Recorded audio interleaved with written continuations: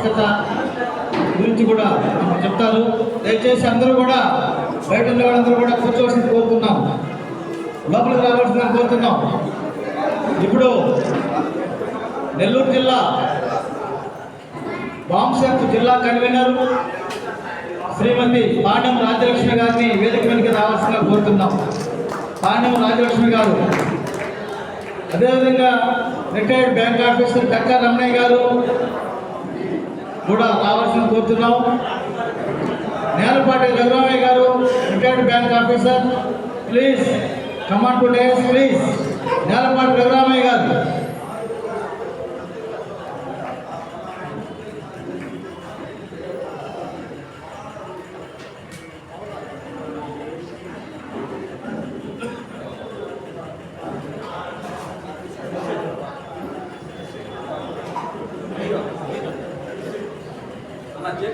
మనకు తన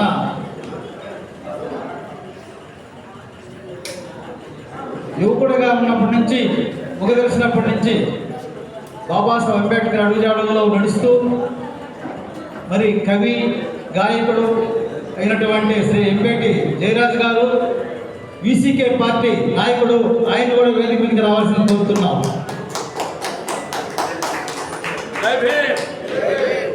మరి కోట ఆ డివిజన్ గూడూరు నియోజకవర్గం ఎంత కూడా మంచి యువ నాయకుడు, మంచి నాయకత్వం కలిగిన వ్యక్తి, బహుజన ఐక్య వేదిక అధ్యక్షుడు మరి బీజూరు మాధవ్ గారిని చూసాము. రా వేదిక మీదకి వచ్చేసి క్లాప్స్. Thank you. ఇప్పుడు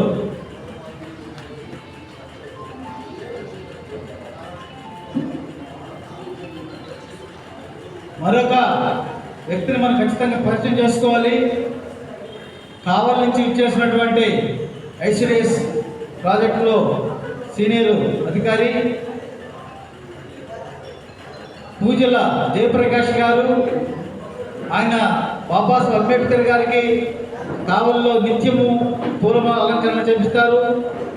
దాంతోపాటు బౌద్ధాన్ని ప్రమోట్ చేస్తూ ఆయన ఎంతో సిన్సియర్గా, ఆయన ఫ్యామిలీ అందరూ కూడా పాలెటి పుల్లయ్య బోధి గారు మరియు జయప్రకాష్ గారు బుద్ధ విహారాన్ని నడుపుతున్నారు కావలిలో సిన్సియర్గా.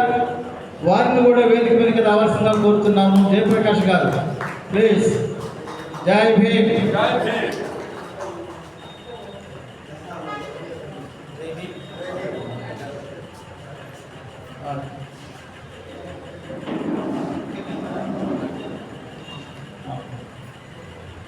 ఇప్పుడు ఈ కార్యక్రమాన్ని మనం ఈ రారా సాయి రాజ్యాంగ రక్షణ సైన్యం అనేటువంటి ఈ పదాల అమరిక వాస్తవంగా మన వేగూరి విజయ్ కుమార్ ఆయనది ఒక వింత విచిత్రమైన లైఫ్గా చెప్పుకోవచ్చు. ఆయన చరిత్రలో, ఆయన జీవిత చరిత్రలో చాలా గొప్ప మలుపు. మతము అనేది మనిషికి టెంపరీగా ఒక మత్తు పదార్థం ఏదైనా తీసుకుంటే అది కొన్ని గంటలు వ్యవధిలో మళ్ళా అది ఉండదు. కానీ మతము మత్తులో పడ్డాడంటే ఒకసారి మళ్ళా కోలుకోవడం, మరణించేంత వరకు జరిగే పని కాదు. మరి అలాంటి తరుణంలో మన సోదరుడు వేగూరి విజయ్ కుమార్ 25 సంవత్సరాలుగా భక్తిలో మునిగి తేలి బైబిల్ని బోధిస్తూ ఉభయ రాష్ట్రాల్లో ఎక్కడ ఏ మారుమూల ప్రాంతంలో ఏ నగరంలో అయినా సరే జరిగేటువంటి పెద్ద పెద్ద సభలకు ఆయన ముఖ్య అతిథిగా వెళ్ళి బైబిల్ బోధన చేసేటువంటి వ్యక్తిగా ఉండి కరోనా పుణ్యమా అని అప్పట్లో ఆయన ఈ బైబిల్ని, అసలు ఈ భక్తి, ఈ దేవుడు, ఈ దేవతలు, ఈ ఆరాధన ఇవన్నీ ఏంటి అని చెప్పి ఆయన గురించి విశ్లేషించుకున్న తర్వాత ఆయనకు వచ్చిన జవాబు, నాకు ఏమి జవాబు లేదు, అంతా శూన్యము, అంతా భ్రమ అని తెలిసింది, జ్ఞానోదయం అయింది అని చెప్పాలి. చెప్పాలంటే బౌద్ధంలో వేగూరి విజయ్ కుమార్ గారికి జ్ఞానోదయం అయ్యి మనకు కావలసింది బైబిల్ కాదు, భగవద్గీత కాదు, భారత రాజ్యాంగము. కొట్టండి క్లాస్ ఇప్పుడు. భారత రాజ్యాంగం మీద భుజాలు వేసుకున్నాడు. ఒకవేళ మతాన్ని వదిలి రాలేకపోతే మీ మత గ్రంథాన్ని కూడా పెట్టుకోండి ఒక భుజంలో, భారత రాజ్యాంగాన్ని మరో భుజంలో మోయాల్సిన అవసరం ఉంది ఈ దేశంలో అని చెప్పి ఈరోజు ఆయన గ్రామాల్లో సభలో వాడు అక్కడి నుంచి చెప్తున్నాడు. మరి అలాంటి సోదరుడు నా దగ్గరకు వచ్చి, అన్న రాజ్యాంగ రక్షణ సైన్యం అవసరం అన్న, బాహాటంగా బహిరంగంగా అవతల వాళ్ళు చెప్పేస్తున్నారు, భారత రాజ్యాంగం మాకు అవసరం లేదు, దాన్ని మేము ఏ రోజు ఒక రోజు ఖచ్చితంగా తుదముట్టిస్తాము, అంతర్ధానం చేస్తాము, మటుమాయం చేస్తాము అని చెప్తానే ఉన్నారు. కానీ ఎందుకు మన వాళ్ళకు గమగా ఉన్నారు, నిద్ర రావడం లేదని చెప్పి ఆయన నా దగ్గరకు వచ్చి ఈ టైటిల్ పెట్టారు. నా దీని మీద మనం పనిచేయాలంటే నేను కూడా ఆలోచించి ఇది మంచిదేను, తప్పకుండా ప్రతి పౌరుడు భారత రాజ్యాంగ రక్షకుడుగా ఒక సైనికుడిగా పనిచేయకపోతే ఈ దేశంలో బాబాసాహెబ్ అంబేద్కర్ చెమటోర్చి తన జీవితానికి ఆయన ఒక్కటే చెప్పాడు, నేను భారత రాజ్యాంగం భారతదేశంలో ఉన్నంత వరకు నేను రాజ్యాంగ రూపంలో బ్రతికే ఉంటాను. ఏ రోజైతే భారతదేశంలో భారత రాజ్యాంగము మాయమైపోతుందో ఆ రోజే బాబాసాహెబ్ అంబేద్కర్ చచ్చిపోతాడు శాశ్వతంగా అని చెప్పుకున్నాడు ఆయన. కాబట్టి ఈ రాజ్యాంగంలో ఉన్నాడు ఆయన, ప్రతి పేజీలో ఉన్నాడు, ప్రతి చట్టంలో ఉన్నాడు, ప్రతి ఆర్టికల్లో ఉన్నాడు. కాబట్టి మనం కాపాడుకోవాల్సిన అవసరం ఉంది. లేకపోతే పాత తరంలో బతికినటువంటి మన బతుకులు తాటాకు, మూతికి ముంత, ముట్టికి తాటాకు, చేతిలో గంట, ఆ బతుకు బానిస బతుకులు భవిష్యత్తుకి రాబోతున్నాయి. రాకుండా ఉండాలంటే దీపం ఉండగానే చక్కదిద్దుకోవాలి. కాబట్టి ఇల్లుని మనం రాజ్యాంగం ఉండగానే మనం రాజ్యాంగాన్ని కాపాడుకుంటే అది మనల్ని కాపాడుతుందన్నటువంటి ఉద్దేశంతో రాజ్యాంగ రక్షణ సైన్యాన్ని మేము చేసి ఈరోజు ఒకవైపున నేను తీసుకున్నాను కాడి, ఒకవైపున వేగూరు విజయ్ కుమార్ తీసుకున్నాడు. మా ఇద్దరము కాడిని భుజాన్ని వేసుకున్నాము. రాజ్యాంగ రక్షణ సైన్యం అనే రథాన్ని తీసుకురావడానికి మీ ముందు పెట్టాము. ఈరోజు మీరందరూ కూడా మీ శక్తిని, మీ యుక్తిని మీరందరూ కూడా మాకు కూడా సహకరించి ఈ రాజ్యాంగ రక్షణ సైన్యం అనే రథాన్ని లాగడానికి మీరు అన్ని విధాలా మాకు చేయూతనిస్తారని మనస వాచ కర్మ కోరుకుంటూ ఈ కార్యక్రమాన్ని అధ్యక్షులు వారు వేగూరు విజయ్ కుమార్ అర్పిస్తున్నారు. జై భీమ్.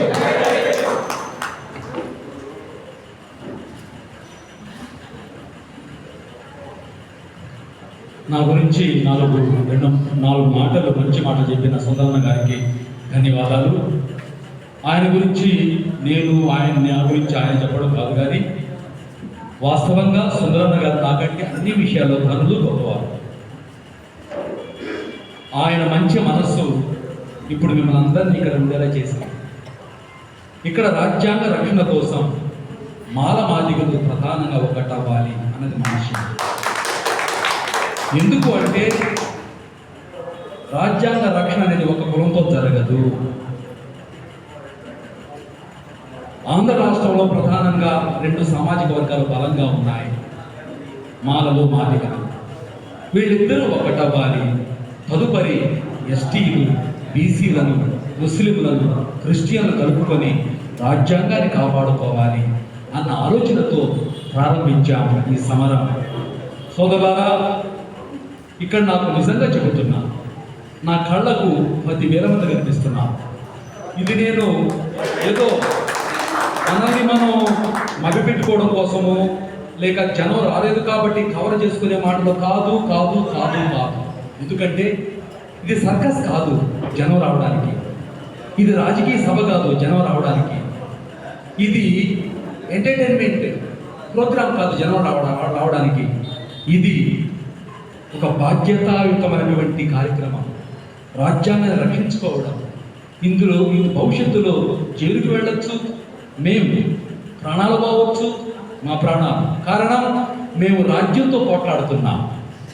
ఎవరైతే భారత రాజ్యాంగాన్ని మార్చాలంటున్నారో వాళ్ళతో మనం ఎదురుతున్నాం. మేము మాకు ప్రాణాపాయం ఉండొచ్చు. సమాజంలో బ్రతుకుతూ ప్రశ్నిస్తున్నటువంటి మీ ప్రభుత్వం సరిగ్గా లేదు, మీ మనవాదం సరిగ్గా లేదు, మీ సనాతన సరిగ్గా లేదు, ఇందులో సమానత్వం లేదని ప్రశ్నిస్తే జైల్లో పెడుతున్నారు, చంపుతున్నారు. చూస్తున్నాం కదా. వాటన్నిటికీ రెడీ అయిపోయాం. నా భావన అన్నతో పంచుకున్నాను. అన్న నాతో కలిసి వచ్చారు. అయ్యా, నేను ఇక్కడ ఫొటోస్ వేశాను కొన్ని. ఎస్సీల తరఫున, మాదిగా మాల కమ్యూనిటీస్ తరఫున ఒక ఇద్దరిని తీసుకున్నాం. ఎస్టీ తరఫున రాచపాలి రఘు గారు డాక్టర్, వారిని తీసుకున్నాం. బీసీ తరఫున దుర్గంపాటి పద్మజ గారిని తీసుకున్నాం. ఏది అవివేకంగా చేయలేదు, మేము జ్ఞానంగా చేశాం. బీసీ తరఫున దుర్గంపాటి పద్మజ గారిని తీసుకున్నాం. ఆ తర్వాత ముస్లిం మైనారిటీ తరఫున ఖాదర్ బాషా గారు కదా, ఖాదర్ బాషా గారే కదా, ఎస్. వాళ్ళ పాప నదియా గారు, సచ్ ఏ గ్రేట్ డాన్సర్, ప్రధానులు అందరి చేత అవార్డులు పొందినటువంటి డాన్సర్ నదియా గారు. వాళ్ళ ఫాదర్ ఇందులో మెయిన్ టీంలో ఉన్నారు.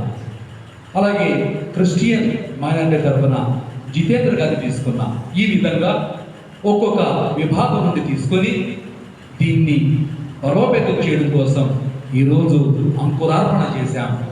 ఈరోజు రారాసై పుట్టింది.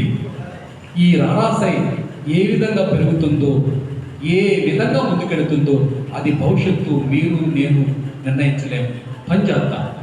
సో మీరందరూ కూడా కేవలం రాజ్యాంగాన్ని ప్రేమిస్తూ, అంబేద్కర్ని ప్రేమిస్తూ, మాకు రాజ్యాంగం కావాలని మీరందరూ వచ్చారయ్యా. మీ అందరికీ ధన్యవాదాలు, మీ అందరికీ రుణపడి ఉంటాను. మీరు రాజ్యాంగ ప్రేమికులు, అందుకే మిమ్మల్ని అభినందిస్తున్నాను. సో నేను ఎక్కువ మాట్లాడను, ఒక పాట పాడి నేను కూర్చుంటాను మిమ్మల్ని అందరినీ ఉత్తేజపరచడం కోసం. తదుపరి వక్తలు ఎంతో దూరం నుంచి వచ్చారు, వారందరినీ కూడా మాట్లాడడానికి మనం ముందుకు తీసుకెళ్దాం. అబ్దుల్ హమీద్ గారు, రిటైర్డ్ ఎంఈఓ గారు, నాకు ఇష్టమైన వ్యక్తులు, వారిని వేదికలు కాపాడుతున్నాను. Abdul Hamid garu, thank you sir. ఎంఈఓగా retired అయ్యి ఇందులోకి వచ్చారంటున్నాను. ఎంఈ జాబ్లో ఉన్నారు, గతంలో ఎంఈఓగా పనిచేశారు, ప్రజెంట్ హెడ్ మాస్టర్గా పనిచేస్తున్నారు. అవనిలో అంబేవాడలో అవతరించిన అంబేద్కరుడా, మా ఆత్మగౌరవం, మా అభివృద్ధి, మా అధికారం నీ వల్లనే.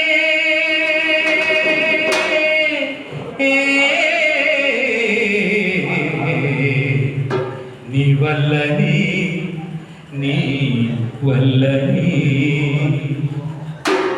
నీ వల్లేనయ్యా ఓ అంబేద్కరుడా, నీ చలవేనయ్యా మా అంబేద్కరుడా, నీ వల్లేనయ్యా ఓ అంబేద్కరుడా, నీ చలవేనయ్యా మా అంబేద్కరుడా. అంటరాని వాట కంట నీళ్ళు పోయి, అంటరాని వాట కంట నీళ్ళు పోయి, ఇంటి నాకు పట్టబట్టి తిని వల్లేనయ్యా ఓ అంబేద్కరుడా, నీ చలవేనయ్యా మా అంబేద్కరుడా.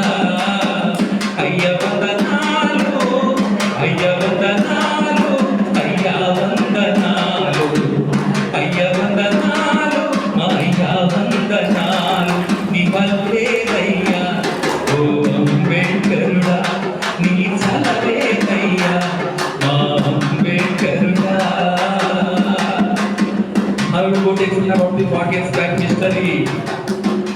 అయ్యో మూతికి ముంత ముట్టికి తాకకు ముట్టుకుంటే వనమైపోతానంట.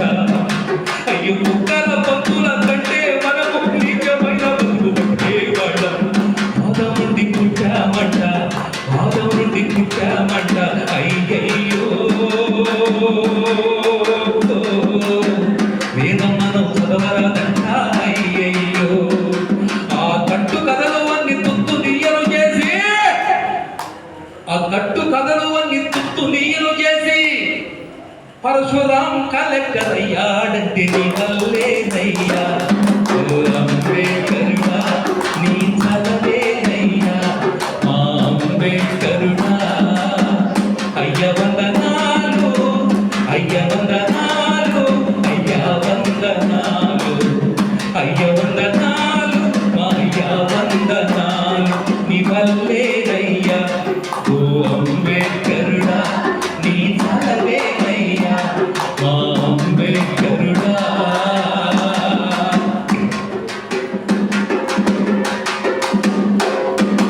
బావుల్లో చెరువుల్లో నీళ్లకు పోతే చిచి పొమ్మని తరిమేవాడు అయ్యో దాహమయ్యిందని నీళ్లు అడిగితే దోసిళ్లలో పోసేవాడు అయ్యో బావుల్లో చెరువుల్లో నీళ్లకు పోతే చిచి పొమ్మని తరిమేవాడు దాహమయ్యిందని నీళ్లు అడిగితే దోసిళ్లలో పోసేవాడు హోటల్లో 2 గ్లాసులు హోటల్లో 2 గ్లాసులు అయ్యయ్యో చూపుల్లో నీచ చూపులు అయ్యయ్యో ఆ నీచ ఆచారాల పీక మణిచివేసి ఆ నీచ ఆచారాల పీక మణిచివేసి న్యాయమైన రాజ్యాంగం ఇది వల్లేనయ్యా ఓ అంబేద్కరుడా నీ చలవేనయ్యా మా అంబేద్కరుడా అయ్య వందనాలు అయ్య వందనాలు అయ్య వందనాలు అయ్య వందనాలు మా అయ్య వందనాలు నీ వల్లేనయ్యా ఓ అంబేద్కరుడా నీ చలవేనయ్యా మా అంబేద్కరుడా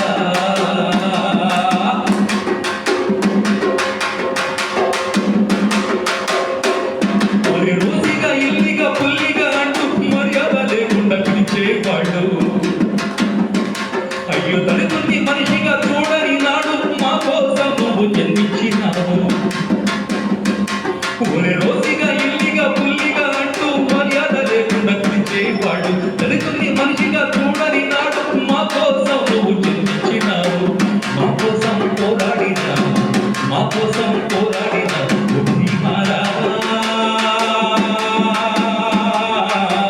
బాధలతో భరించినావా భీమారావా మా కోసం పోరాడిన భీమారావా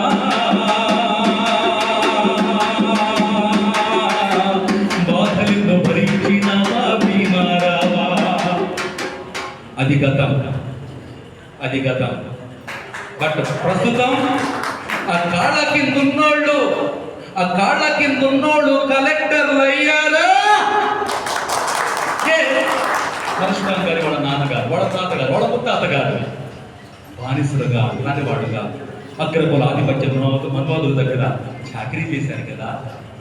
ఈరోజు పరశురాం గారు కలెక్టర్ అయ్యారంటే బికాస్ ఆఫ్ బాబాసాహెబ్ అంబేద్కర్. ఆ కాళ్ళ కింద ఉన్నోడు కలెక్టర్లు అయ్యారు, రాత మార్చుకొని రాష్ట్రపతులు అయ్యారు. ఎవరి వల్ల అంబేద్కర్ నీ వల్లేనయ్యా ఓ అంబేద్కరుడా నీ చలవేనయ్యా మా అంబేద్కరుడా.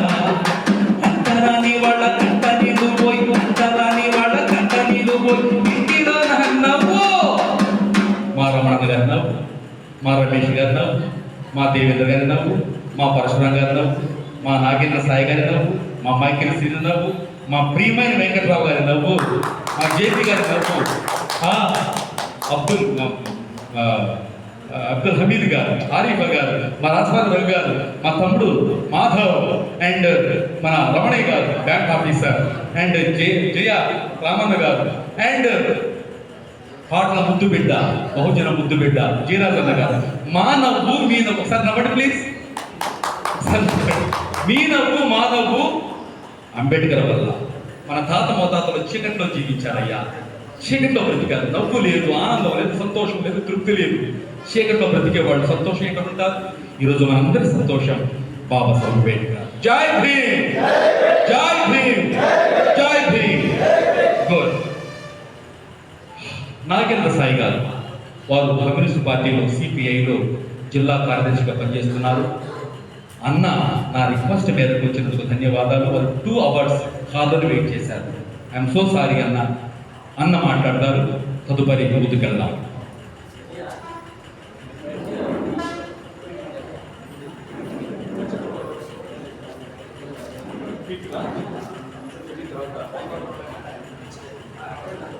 పీఠిక చదువుతారు మన జయరామన్న గారు. తదుపరి మనం నాగేంద్ర సాయి గారి స్పీచ్ విందాం.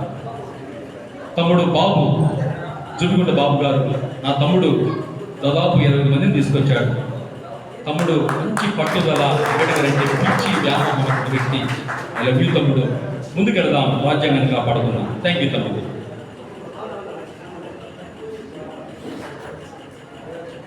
అన్న ప్లీజ్.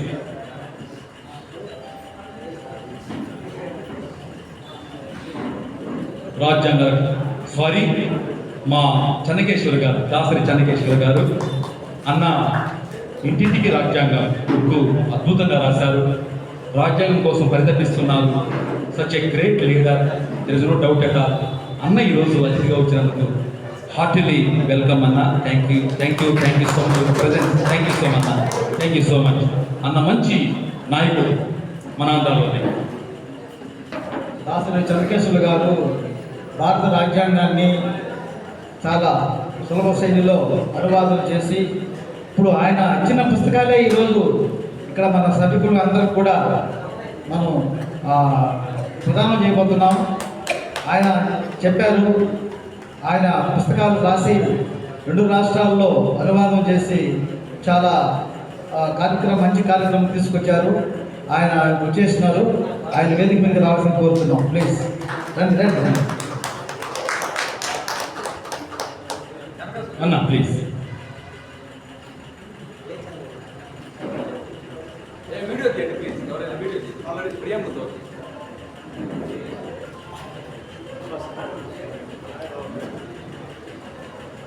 భారత రాజ్యాంగ పీఠిక. భారతదేశ ప్రజలమైన మేము చెప్పండి.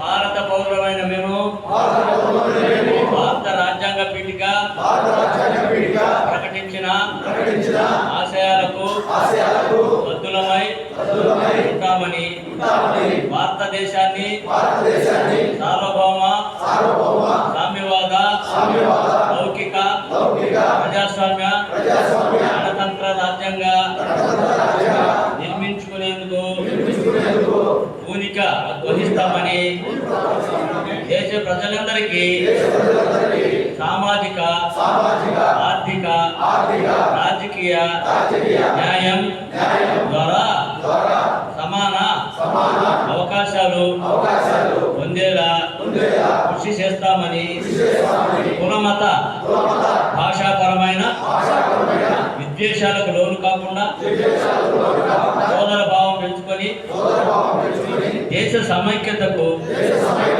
దోహం చేస్తామని రాజ్యాంగ పీఠిక ప్రస్తావించిన లక్ష్యాల సాధనకు పాటుపడతామని ప్రతిజ్ఞ చేస్తున్నాము. జై భీమ్.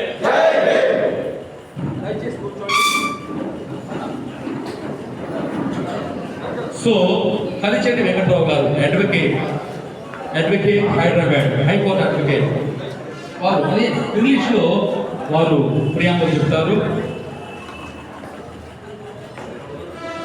చూడకుండా మరో సంవత్సరం వీరి కార్యక్రమం జరిగే రక్షణ సైన్యం కార్యక్రమం జరిగే నాటికి ఇక్కడికి వచ్చిన వాళ్ళందరికీ ఇంగ్లీషు వచ్చు, తెలుగు వచ్చు కాబట్టి ఈసారి వచ్చేసరికి అందరూ చూడకుండా ప్రియాంబుల్ చెప్పాలి. మనం చెప్పాలి, మన పిల్లల చేత కూడా చెప్పించాలి. పరశురామయ్య గారు చెప్తారు, మనకి ప్రియాంబుల్ చదివితే యూపీఎస్సీలో 1 మార్క్ అయినా వస్తుంది ఖచ్చితంగా.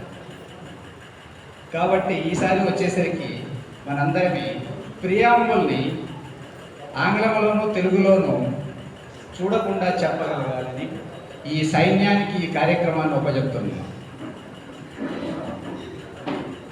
ఒకసారి నేను చెప్తాను, మీరు దాన్ని రిపీట్ చేయండి దయచేసి. We, the people of India, having solemnly resolved, constitute India into a sovereign, socialist, secular, democratic republic, and to secure to all citizens justice, social, economic, political. Thank you. Welcome sir, welcome. Nagendra Sai గారు నెల్లూరు జిల్లా కార్యదర్శి CPI అన్న మాట్లాడతారు.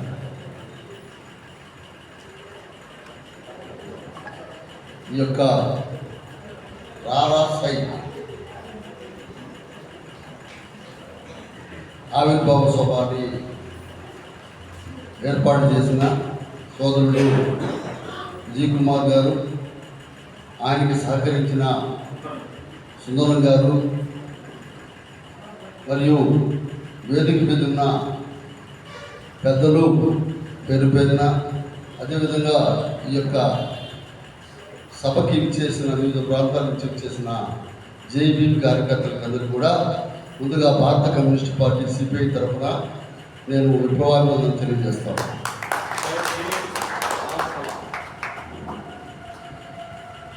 ఇప్పుడు వేదిక మీద ఉన్న పరశురామ్ గారి గురించి జీ కుమార్ గారు చెప్పారు. అంబేద్కర్ గారే లేకుండా ఉంటే పరశురామ్ గారే లేరు, రాజ్యాంగమే లేకుండా ఉంటే పరశురామ్ గారే లేరు. వాస్తవం. అయితే ఇక్కడ ఈ యొక్క సమావేశానికి చేసిన ఎంతమందికి తెలుసో లేదో నాకు తెలియదుగానే ఈ జిల్లా అంబేద్కర్ గారు అనేవాళ్ళం మేము. ఎవరైనా చెప్పగలరా? ఈ జిల్లా అంబేద్కర్ గారు ఎవరైనా చెప్పగలరా? ఎవరన్నా ఒక్కరన్నా చెప్పగలరా? మేము ఈ జిల్లా అంబేద్కర్ అనేది రెండు సార్లు ఎమ్మెల్యేగా గెలిచి భారత కమ్యూనిస్ట్ పార్టీ తరఫున హరిజన కుటుంబంలో పుట్టి అందరి బాగు కోసం, ముఖ్యంగా వర్గ రహిత సమాజాన్ని ఏర్పాటు చేసే కోసం కృషి చేసిన స్వర్ణావేమయ్య గారు తెలుసా ఎవరికైనా? స్వర్ణావేమయ్య గారు పేద హరిజన కుటుంబంలో పుట్టాడు. అందుకే ఆయన ఈ జిల్లా అంబేద్కర్. ఎందుకంటే ప్రతి గవర్నమెంట్ జీవోని తెలుగులో అనువాదించుకునే కొరకు ఎంతో అనేక మంది అధికారులు స్వర్ణావేమయ్య గారింటికి నవాపేట గేట్ కాడ ఆయన స్వర్ణావేమయ్య గారి ఇంటికి వచ్చేవాడు. నేను చిన్నవాడిని, మా నాన్నగారు అక్కడికి తీసుకెళ్ళేవాడు. కమ్యూనిస్ట్ పార్టీ నాయకుడిగా మా నాన్నగారు అక్కడికి తీసుకెళ్ళేవాడు. ఎంతోమంది ఇప్పుడు శంకరన్ గారు ఐఏఎస్ సెక్రటరీ, డిస్ట్రిక్ట్ కలెక్టర్గా ఎస్ఆర్ శంకరన్ గారు ఆయన డౌట్ వచ్చిన వేమయ్య గారిని సంప్రదించేవాడు. అసెంబ్లీలో పేదల పక్షాన కమ్యూనిస్ట్ పార్టీ నాయకుడిగా గళాన్ని నిలిపి ఆనాటి కాంగ్రెస్ ప్రభుత్వాన్ని గడగడాడించిన నెల్లూరు సింహం స్వర్ణావేమయ్య గారు. అదేవిధంగా నాకు తెలిసి తెలంగాణలో అనేక మంది హరిజన గిరిజన కుటుంబాల నుంచి వచ్చిన వాళ్ళు కమ్యూనిస్ట్ పార్టీ ఎమ్మెల్యేలుగా ఎమ్మెల్సీగా గెలిచిన చరిత్ర కమ్యూనిస్ట్ పార్టీకి ఉంది. అట్టడుగు వర్గాన్ని చట్టసభలోకి ప్రజాప్రతినిధులుగా పంపించిన ఘనత కమ్యూనిస్ట్ పార్టీదే. దాంట్లో చెప్పడానికి నాకు నేను ఏ విధంగా కూడా శంకించను. ఎందుకంటే వీళ్ళే ఎగ్జాంపుల్. ఇవాళ మీరు మన అందరూ చదివిన తెలుగులో రాసిన ఈ ప్రతిజ్ఞ ఇవాళ ఉదయం నుంచి 400 మంది చేత నేను ప్రతిజ్ఞ చేయించాను. తర్వాత ఈరోజు కావాలంటే ఇతని ఫోన్లోనే వీడియో ఉంది. కప్పాటిపాలెం సంబంధించిన మా ఇతని ఫోన్లోనే వీడియో ఉంది. ఇవాళ అక్కచెరుపాడు గ్రామానికి పోయా, హిందూ ముస్లింలు క్రైస్తవులు ఆడుంటే ఇవాళ నేను నేషనల్ యాంథమ్ జాతీయ గీతం మీద అక్కడ పోటీ పెట్టా. ఎవరు సక్రమంగా పాడతారో వాళ్ళకి ప్రైజ్ ఇచ్చా, ముగ్గురికి ప్రైజ్ ఇచ్చా. దాంట్లో ఇద్దరు ముస్లిం పిల్లలు కొట్టారు, ప్రైజ్ కొట్టారు. చూసారా?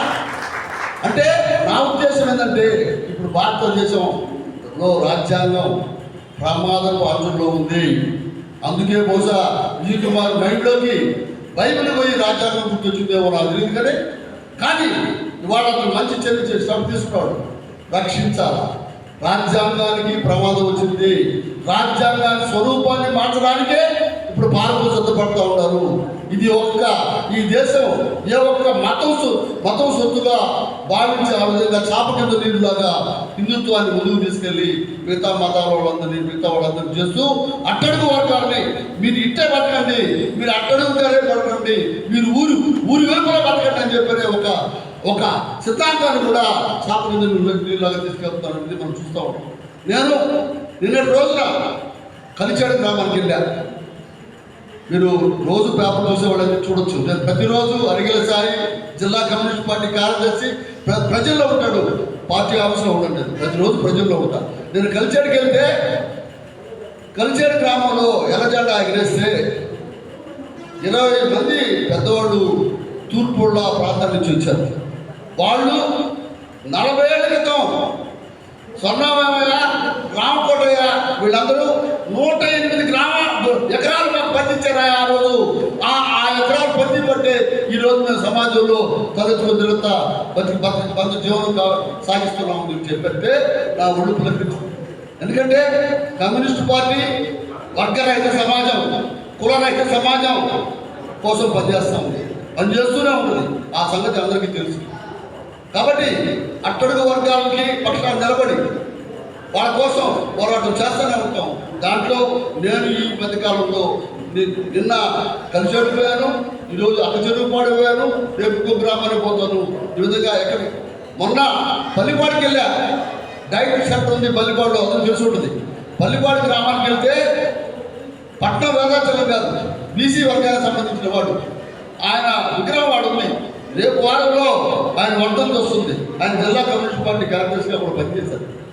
వర్ధంతి వస్తుందని చెప్పి వెళ్ళి ఆ విగ్రహానికి ఆ చుట్టుపక్కల క్లీన్ చేపిస్తాను. పోతే అక్కడ ఒక పెద్ద వచ్చింది. అయ్యా గొప్పవాడయ్యా, 11 కాలనీలు ఆయన సర్పంచ్గా ఉండి మా ఎస్సీ ఎస్టీలకి బీసీలకి 11 కాలనీలు కట్టించిన గొప్పవాడయ్యా. ఆ కుటుంబం అంతా ఇక్కడ ఊరు లేకుండా ఎటు వెళ్ళిపోయింది. ఆ బొమ్మ కూడా మిగిలింది. నేను వారానికి ఒకసారిగా దాన్ని కడిగి పెడతా ఉంటాను అని చెప్తే ఒళ్ళు పులకరించింది. అది కమ్యూనిస్ట్ పార్టీ పేదల పక్షాన, అట్టడుగు వర్గాల పక్షాన నిలబడి పోరాటం చేస్తూ ఉంది. వాళ్ళని ముందుకు తీసుకెళ్ళడానికి, వాళ్ళని పైకి తీసుకెళ్ళడానికి గత నెలలో సామాజిక న్యాయం కోసం చట్టసభల్లో వెనుకబడిన వర్గాలు, ఎస్సీ ఎస్టీ బీసీలు మైనారిటీలకి వాళ్ళ దామాషా ప్రకారం కులగణన జరగాలి. వాళ్ళ దామాషా ప్రకారం, వాళ్ళ సంఖ్య ప్రకారం వాళ్ళకి చట్టసభల్లో అవకాశం కల్పించాలని చెప్పని భారీ ఎత్తున దేశవ్యాప్తంగా ఇటీవలే కమ్యూనిస్ట్ పార్టీ పోరాటం చేసింది.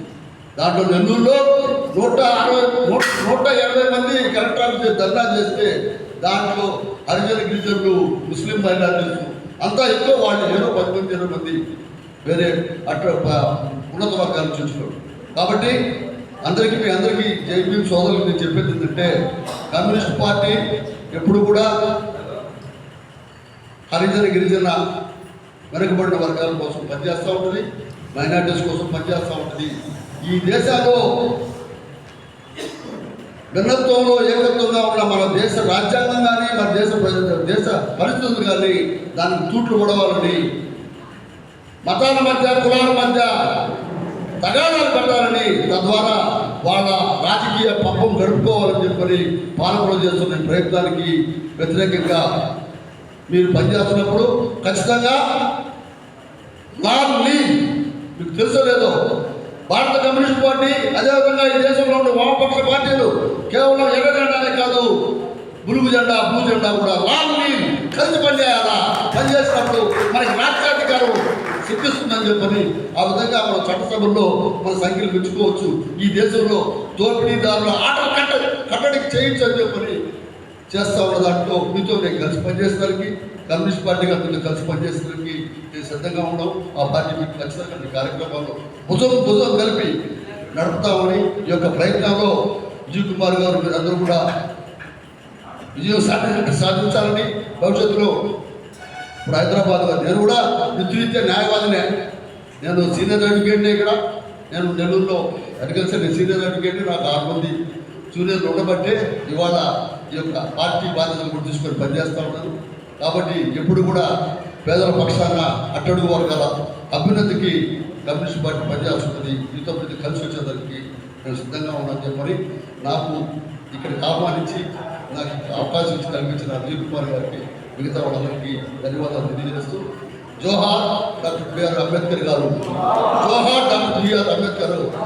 సాధిస్తాం అంబేద్కర్ గారి ఆశయాలను కాపాడుకుందాం భారత రాజ్యాంగాన్ని, కాపాడుకుందాం భారత రాజ్యాంగాన్ని. Thank you.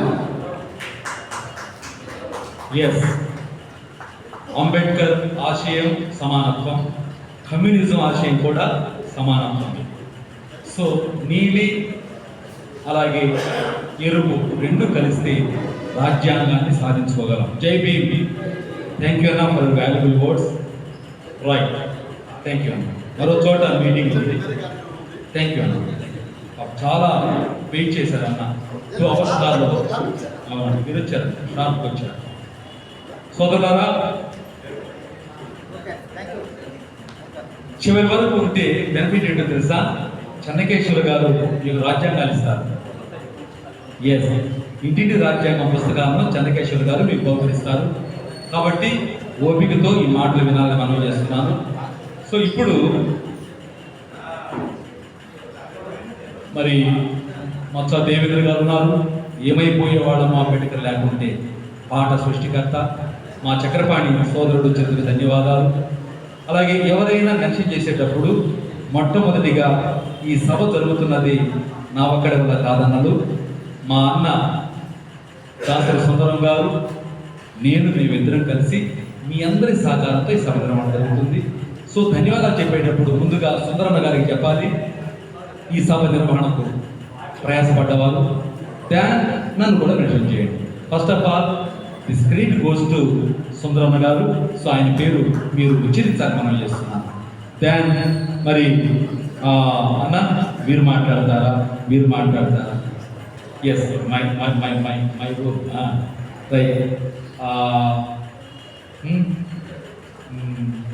రైట్ అయ్యా, మీరు తదుపరి అందరి తర్వాత మాట్లాడితే బాగుంటుంది అనుకున్నాను. చెన్నకేశ్వర గారు ఆయన వాగ్దాన్ని బాగుంటుంది కాబట్టి కదా, ఇద్దరు ఒకటే అంటున్నాం, వారు మాట్లాడతారు అన్న ప్లీజ్.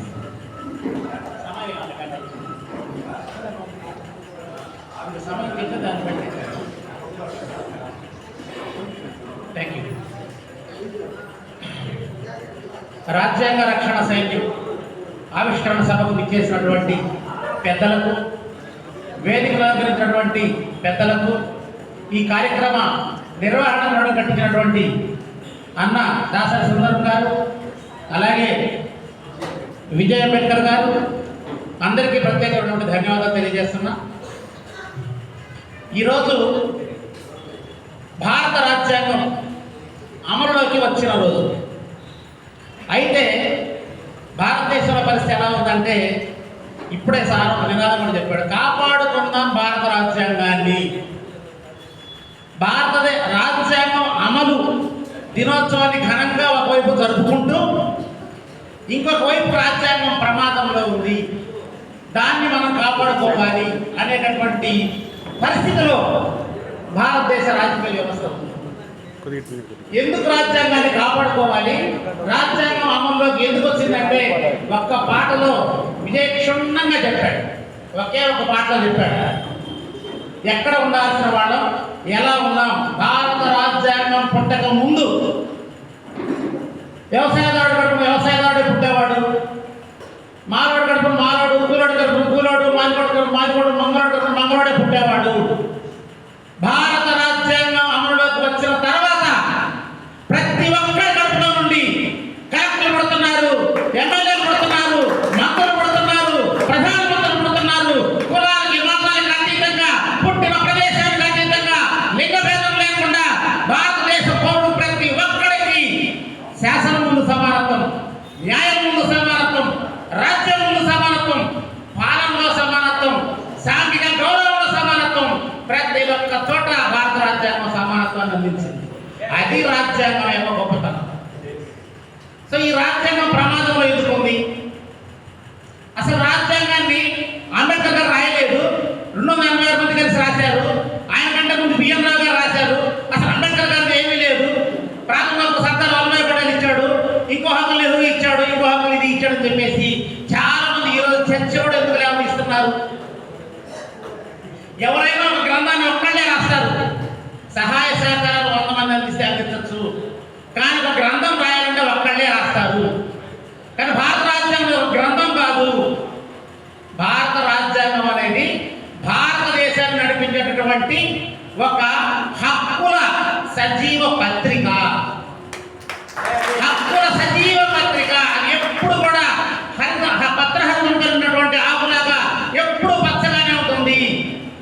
అది మన హక్కుల్ని కాపాడుతూ ఉంటుంది. ఈ రాజ్యాంగాన్ని నిర్మించడానికి అంబేద్కర్ గారికి అవకాశం కావాల్సిన అదే వచ్చిందా, లేదంటే అంబేద్కర్ గారు లాక్కున్నారా? ఈ చరిత్రని నేను 2 నిమిషాలు చెప్పదలుచుకున్నది. ఓకే, నేను చెప్పచ్చా? ఇబ్బంది లేదా? భారతదేశానికి 1947 ఆగస్టు 15వ తేదీ స్వాతంత్రం వచ్చిన వెంటనే బ్రిటిష్ వాడు పిలిచి ఈ దేశాన్ని పరిపాలించుకోవడం కోసం మీరు ఒక రాజ్యాంగాన్ని తయారు చేసుకోవాలి, ఆ రాజ్యాంగాన్ని మీరు రాసుకోండి అని చెప్తారు. అప్పుడున్నటువంటి సోకాల్డ్ కాంగ్రెస్ నాయకులు ఎవరైతే ఉన్నారో ఆ రోజు ఓన్లీ కాంగ్రెస్ పార్టీ మాత్రమే ఉండేది. వాళ్ళందరి పేర్లు నేను చెప్పను ఇక్కడ, ఎందుకంటే వివక్ష దొరుకుతారు కాబట్టి.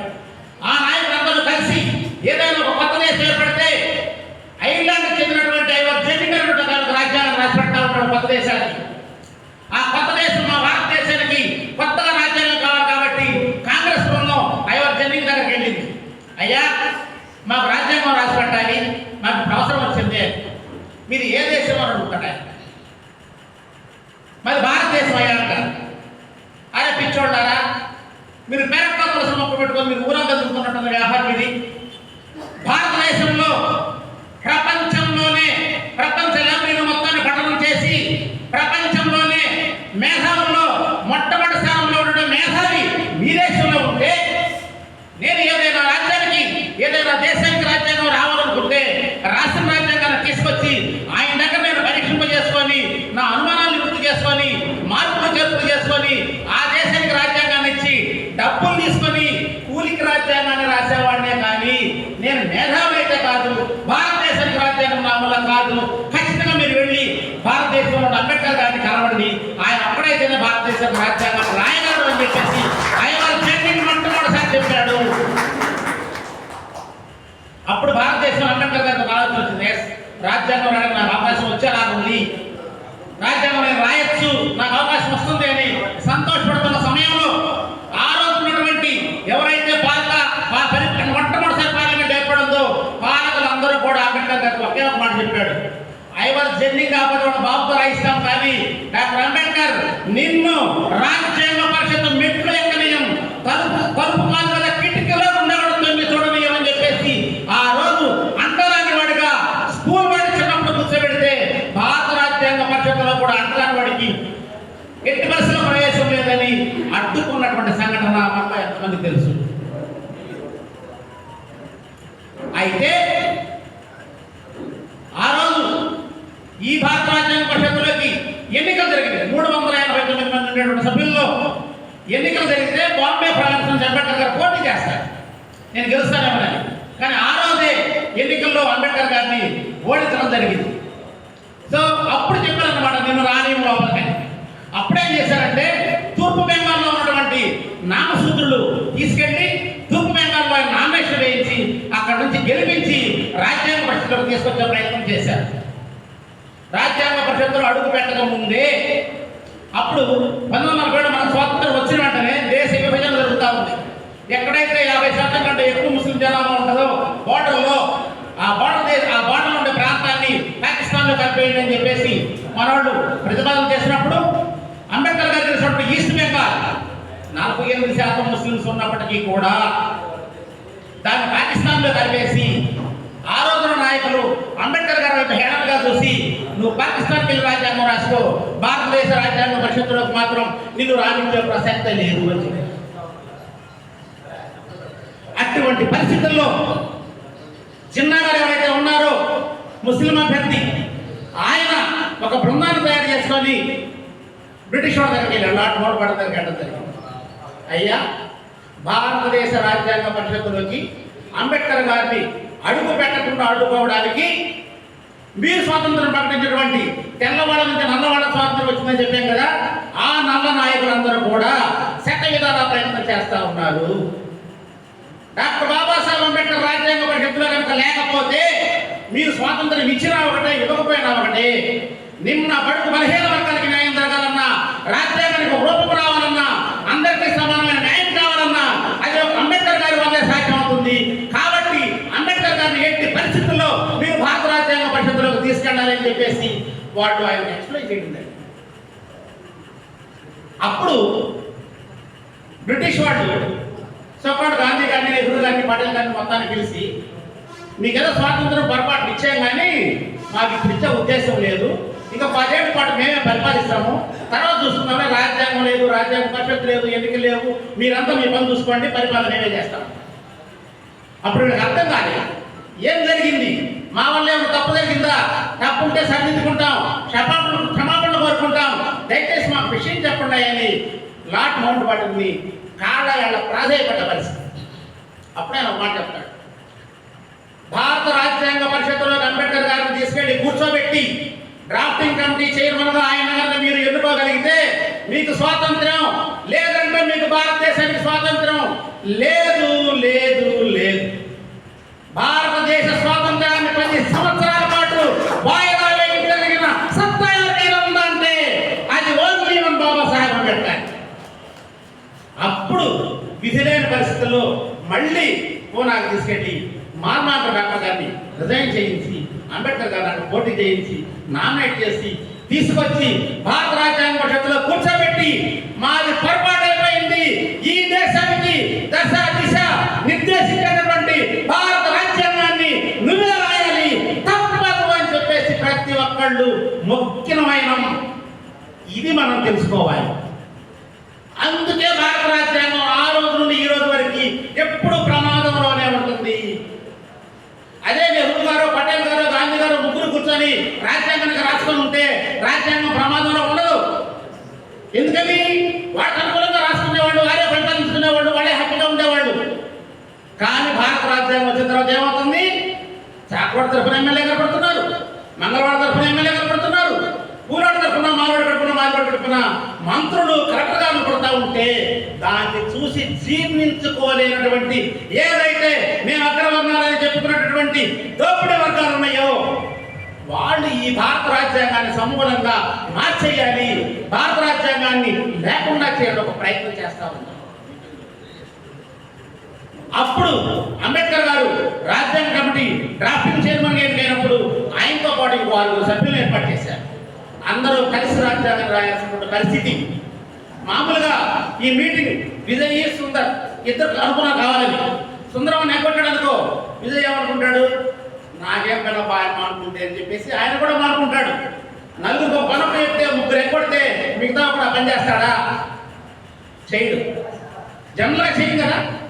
కానీ 7 సభ్యులు ఉన్నటువంటి కమిటీలో ఈయన ఒక్కడే ఉన్నాడు, మిగతా 6 ఢిల్లీకి దూరంగా 2 ఉన్నారు, విదేశాల్లో 2 ఉన్నారు, ఒకరు చనిపోయారు, ఒకరు నాకు సంబంధం లేదన్నారు. అప్పుడు అంబేద్కర్ గారు ఎవరున్నా లేకపోయినా ఒకరితో నాకు పని లేదు, ఈ భారత రాజ్యాంగాన్ని నేను ఒక్కడినే రచించేదానికి నాకు అవకాశం వచ్చింది. సో బడుగు నిమ్న బలహీన వర్గాలకి ఎన్ని రకాల అవకాశాలు కల్పించవచ్చు, అన్ని రకాల అవకాశాలు భారత రాజ్యాంగంలో పొందుపరిచే అవకాశం నాకు వచ్చింది. ఆమెను చేయడం తర్వాత సంగతి ముందు పొందుపరిచే అవకాశం వచ్చింది. కాబట్టి నేను అప్పుడే రాస్తాను. 2 సంవత్సరాల 11 నెలల 18 రోజుల పాటు అహర్నిశలు శ్రమించి నిద్రాహారాలు మాని భారత రాజ్యాంగాన్ని నిర్మించి భారతదేశానికి అందించి ఈ రోజు ఎక్కడ ఉండాల్సిన మనల్ని తీసుకొచ్చి ఇక్కడ గౌరవంగా సమావేశాలు పెట్టుకునే స్థాయికి తీసుకొచ్చినటువంటి డాక్టర్ బాబాసాహెబ్ అంబేద్కర్.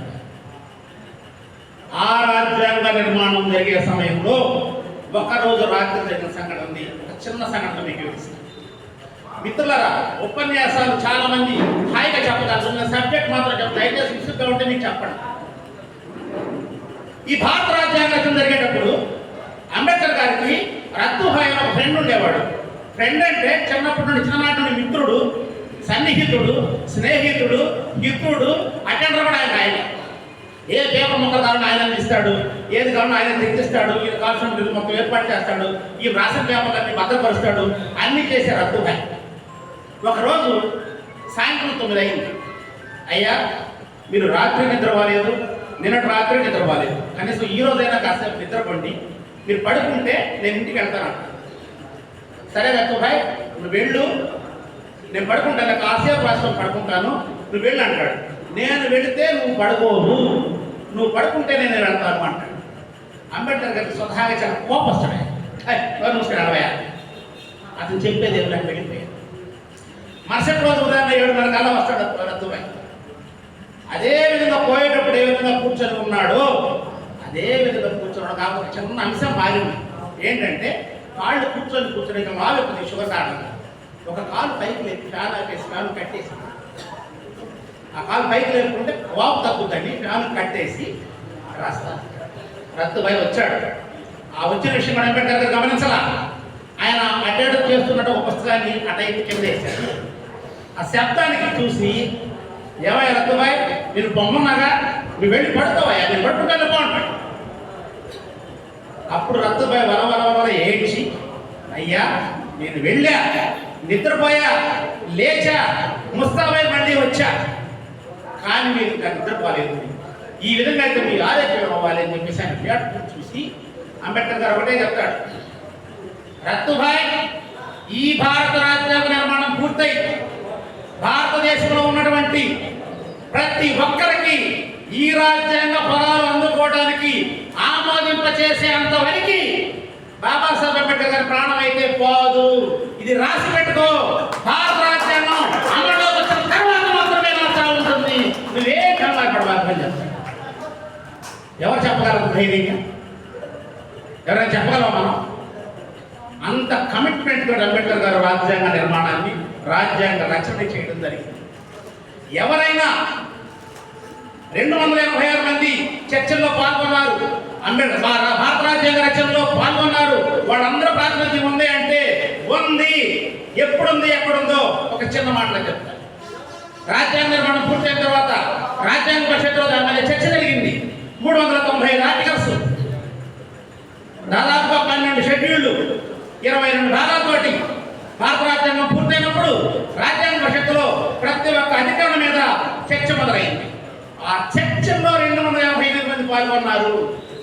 ప్రతి ఒక్కరు ఆయన రాసిన ప్రతి ఒక్కరికి అదే కుదురుతాయా, చెప్పులు కుట్టుకున్నాడు సమాధానం ఇస్తావా, అది తీసేవయ్యా నువ్వు, ఆడవాళ్ళు చదువుకుంటే మా వంట చేసి పెట్టేది ఎవరు, మా పడకలకు వచ్చేది ఎవరు, తీసేవయ్యా, అసలు ఆడవాళ్ళు ఎటువంటి డబ్బులు ఉండడానికి వీల్లేదు. అరే వడ్డానికి పని చేసేవాడు చట్టసభల్లోకి పోతే మాకు బాధ్యత చేసి పెడతాడు, మా నాన్నగారు చేసి పెడతాడు, నువ్వు బయటవాడు కదా, తీసేవయ్యా. ఈ విధంగా భారత రాజ్యాంగ పరిషత్తులో 2456 సవరణలు ఆమోదించడం జరిగింది. కానీ 6500 సవరణలు ప్రతిపాదించారు. 2456 సవరణలు పూర్తయిన తర్వాత అంబేద్కర్ గారు ఒకే మాట చెప్తాడు, మీరు మళ్ళీ ఇంకోటి రాసుకోండి, నేను రాయడం అనవసరం, ఈ పుస్తకం మీకు వద్దని చెప్పేసి ఆయన సాయంత్రం ఇంటికి వెళ్ళిపోతాడు. 3 రోజుల పాటు రాజ్యాంగ పరిషత్ సమావేశానికి ఆయన రాడు.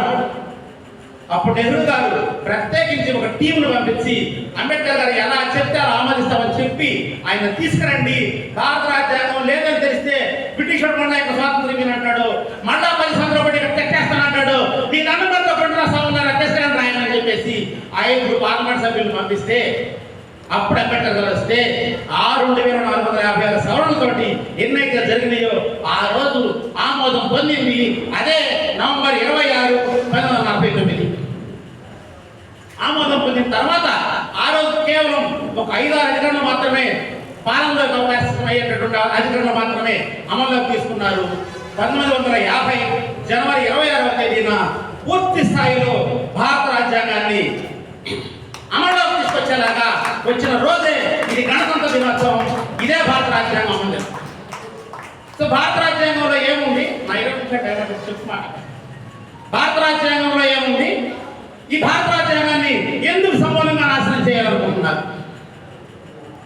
ఎందుకయ్యా అంటే అంబేద్కర్ గారిని ప్రతి ఒక్కళ్ళు ఎందుకు ఈ రోజు కూడా అంబేద్కర్ గారి విగ్రహాల మీద వివక్ష కలుగుతుంది? ఈ అమ్మ కాపు రెడ్డి ఎవరికైనా అంబేద్కర్ గారు అంటే ఎవరో తెలుసా? అసలు ఆయన చూసారా? ఎందుకు ఆయన మీద కక్ష కట్టారు? మా అంబేద్కర్ గారి విగ్రహం వేయాలి అంటే నా పొలం ఉంది అంటాడు అప్పుడు, నా ఇల్లు ఉంది అంటాడు అప్పుడు. ఇక్కడ వెయ్యించడానికి ఎమ్మెల్యే దగ్గర నుంచి, ఎంపీ దగ్గర నుంచి మంత్రుల వరకు ఎందుకు పోరాడుతున్నారు?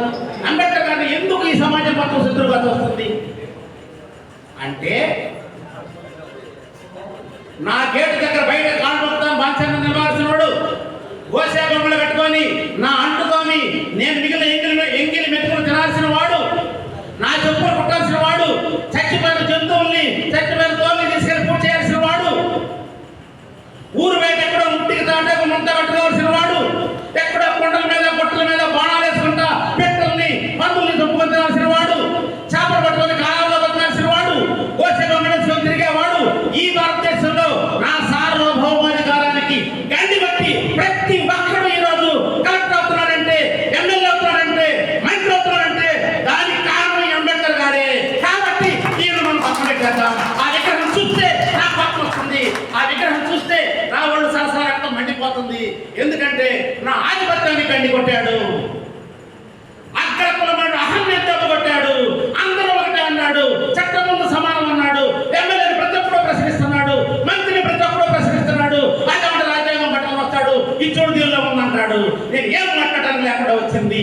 కోర్టుకు పోయినా, ఎక్కడికెళ్ళినా సరే, చట్టసభలో పోయినా, శాసనసభలో పోయినా, వద్దన్నా సరే గూడూరులో ఎస్సీ ఓడే పోటీ చేయాల్సి వస్తుంది, వద్దన్నా సరే అరకులో ఎస్సీ ఓడే పోటీ చేయాల్సి వస్తుంది. ఇందాక ఒకసారి ఇప్పుడు కమ్యూనిస్ట్ ఆయన మేము ఎస్టీని చట్టసభలకు పంపించామని ఆ ఘనతమా కమిషన్ అన్నాడు. ఎస్సీలు ఎస్టీలు ఈ రోజు చట్టసభలో ఉన్న అటెండర్ దగ్గర నుంచి కలెక్టర్ వరకు ఆఫీసర్లుగా ఉన్నా, ఎమ్మెల్యేలుగా ఉన్నా, నాన్నడు పోస్టుగా ఉన్నా, ఆ great ghost doctor Babasaheb Ambedkar గారు ఓన్లీ. ఆయన రాజ్యాంగంలో ఎప్పుడైతే ప్రత్యేక నియోజకవర్గం నిర్వహించబడ్డాయో ఆ ప్రత్యేక నియోజకవర్గాల్లో కమ్యూనిస్ట్ పార్టీ పంపించిన, వైసీపీ పంపించిన, టీడీపీ పంపించిన, జనసేన పంపించిన ఎస్సీ వాడిని రిజర్వ్ కాన్స్టిట్యూన్సీ నుంచి పంపిస్తుంది. కానీ ఎక్కడైనా జనరల్ కాన్స్టిట్యూన్సీలో పోటీ చేసి చట్టసభలో కూర్చున్న చరిత్ర, కూర్చోబెట్టిన సంఘటన ఉంటే ఏ పార్టీ కూడా చెప్పచ్చు. This is open challenge. So ఈ రోజు ఎస్సీలు ఎస్టీలు చట్టసభలో వెళ్తున్నారంటే బాబాసాహెబ్ భిక్ష మాత్రమే. దాన్ని మర్చిపోయి ఈ రోజు సోకాడు ఎమ్మెల్యేలు, ఎంపీలు, ఎస్సీలు ఎస్టీలు చట్టసభలో కూర్చున్న వాళ్ళు ధైర్యంగా పోయి మా దేవుడు ఎన్టీ రామారావు, మా దేవుడు రాజశేఖర్ రెడ్డి, మా దేవుడు జగన్మోహన్ రెడ్డి, మా దేవుడు చంద్రబాబు నాయుడు, మా దేవుడు జగన్మోహన్ రెడ్డి అని చెప్పేసి ఆ రోజు అంబేద్కర్ గారు చెప్పాడు, ఈ నియోజకవర్గంలో గెలిచిన ఎవరైతే ఉంటారో వాళ్ళు కట్టు బానిసలే కానీ మనకు ప్రతినిధులు కాదు అని. ఆ బానిసత్వాన్ని ఈ రోజు కూడా స్పష్టంగా వేదికల మీద చాటుకున్నటువంటి ఓ నా బానిస నాయకులారా, మిమ్మల్ని ఏమన్నా అర్థం కావడం లేదు. ఈ రోజైనా సరే భారత రాజ్యాంగాన్ని పట్టుకోండి. నిన్ను మాట్లాడేవాడు కానీ, నిన్ను ఎదిరించేవాడు కానీ, నిన్ను కాదనేవాడు కానీ ఎవడో ఉండడు.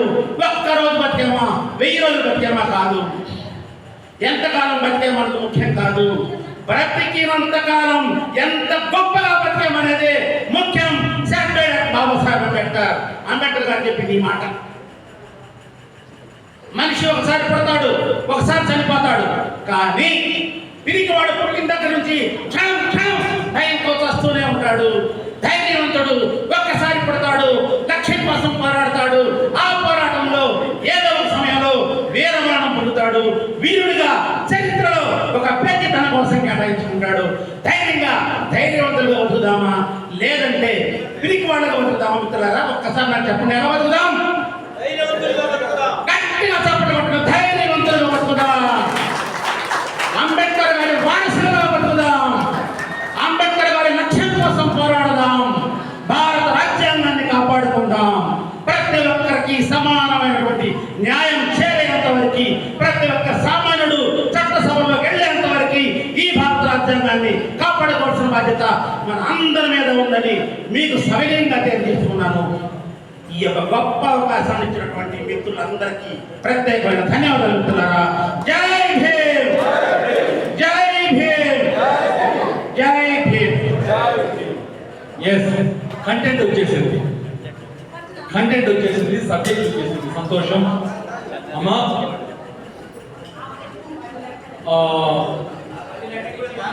ప్లీజ్ వినాలి. కళ్యాణ్ కేశవ్ గారికి ధన్యవాదాలు. తమ్ముడు ప్రసన్న గణపతికి ధన్యవాదాలు సభకు వచ్చినందుకు. మీ అందరికీ కూడా ధన్యవాదాలు. శ్రద్ధగా వింటున్నారు. మీరు ఒరిజినల్ గోధుమలు, గురుగురు కాదు, మీరు ఒరిజినల్ గోధుమలు కాబట్టి శ్రద్ధగా వింటున్నారు. బ్రతికించండి భారత రాజ్యాంగాన్ని, ఓ భారతీయులారా, ఓ మూలవాసులారా, కాపాడండి ప్రజాస్వామ్యాన్ని,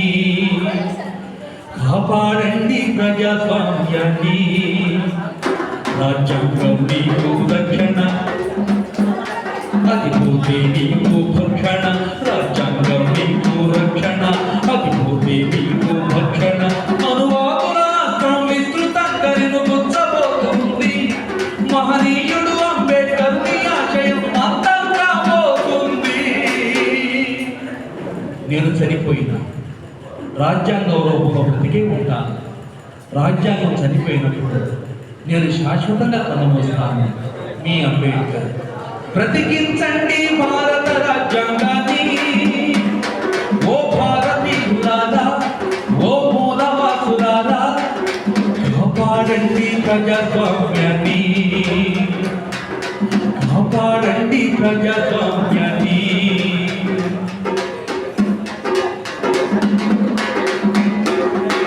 హిందువుగాను జీవించు, హిందువుగాను గర్వించు అని బోధిస్తే నువ్వు సంబరపడ్డావు. హిందువుగాను జీవించు, హిందువుగాను గర్వించు అని బోధిస్తే నువ్వు సంబరపడ్డావు. దళిత హిందువు, గిరిజన హిందువు గుడిలోనికి వస్తే మీరు తల్లి తరిగినారు. తెలుసుకో ఈ మోసం, దీని పేరే మనువాదం. తెలుసుకో ఈ మోసం, దీని పేరే మనువాదం.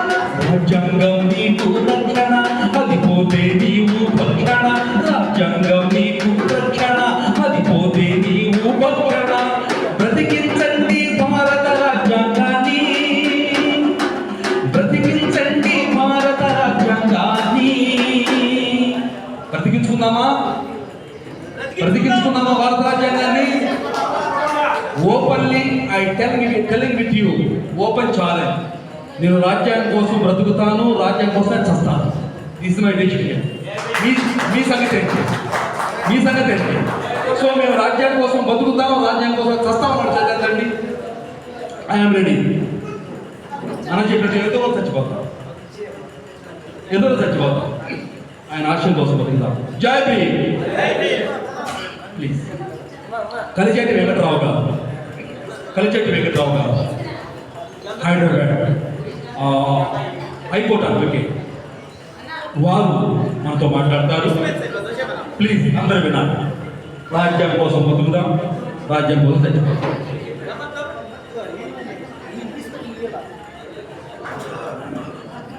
అందరికీ జై భీములు.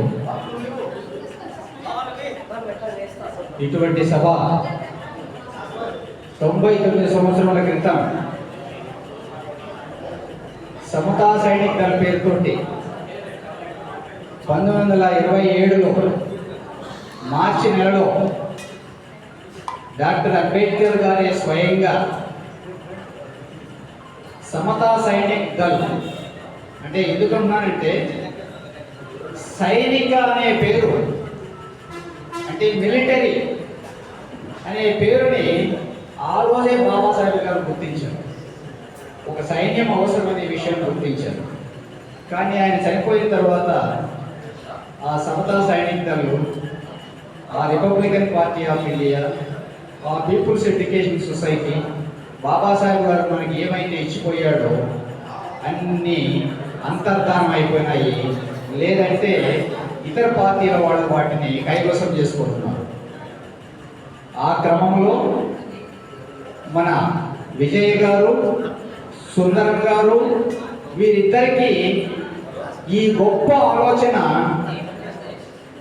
దేశంలో 800 జిల్లాలలో లేని ఆలోచన మన నెల్లూరు జిల్లా వాసులకు రావడం అన్నది చాలా గొప్ప విషయం. ఎందుకంటే ఆ రోజు బాబాసాహెబ్ అంబేద్కర్ గారు సమతా సైనికుల్ని ఈక్వాలిటీ కోసం ఒక సమానత్వ సిద్ధాంతాన్ని భారతదేశంలో ఇంట్రడ్యూస్ చేయడానికి ఆయన సమతా సైనికులను ఓపెన్ చేశారు. ఇప్పుడు మన విజయ్ గారు, సుందరం గారు బాబాసాహెబ్ అందించిన రాజ్యాంగానికి ప్రమాదం వచ్చిందని వాళ్ళు గుర్తించారు. ఏమేం ప్రమాదం వచ్చింది? వారు ఒక మేనిఫెస్టో తోటి ఇంకా రాలేదు. బహుశా వాళ్ళ ప్రాథమిక సమావేశం అయ్యి ఉండవలసింది. అసలు ఏం ప్రమాదం జరుగుతుంటే మీరంతా ఈ సభను ఏర్పాటు చేశారు, ఇంతమందిని పిలిచారు, ఇంతమంది సమయాన్ని ఎందుకు మీరు తీసుకుంటున్నారు అనేది నా ప్రశ్న. అసలు ఏం ప్రమాదం జరిగిందంటే రాజ్యాంగానికి? అసలు రాజ్యాంగానికి ప్రమాదం ఉంటుందా అసలు? అప్పుడు కాన్స్టిట్యూయెంట్ అసెంబ్లీ ద్వారా రాజ్యాంగాన్ని ఆనాటి 33 కోట్ల జనాభా యొక్క ఆలోచన, వారి ఆచరణ అన్ని రాజ్యాంగంలో వచ్చాయి. దానికి ఒక కాన్స్టిట్యూయెంట్ అసెంబ్లీ, దానికి బాబాసాహెబ్ గారు డ్రాఫ్టింగ్ కమిటీ చైర్మన్, అన్ని పరిపుష్టంగా ఎస్టాబ్లిష్ అయిన కాన్స్టిట్యూషన్ ఇది. ప్రపంచంలో ఎవరు కూడా ఈ రాజ్యాంగాన్ని చెదపలేదు. మరి వీడికి ఎందుకు వచ్చింది ఆ అనుమానము, ప్రమాదం ఉందని వీళ్ళిద్దరూ ఎందుకు గుర్తించారు అనేది ఇప్పుడు మనందరమే తెలుసుకోవాల్సిన సమస్య.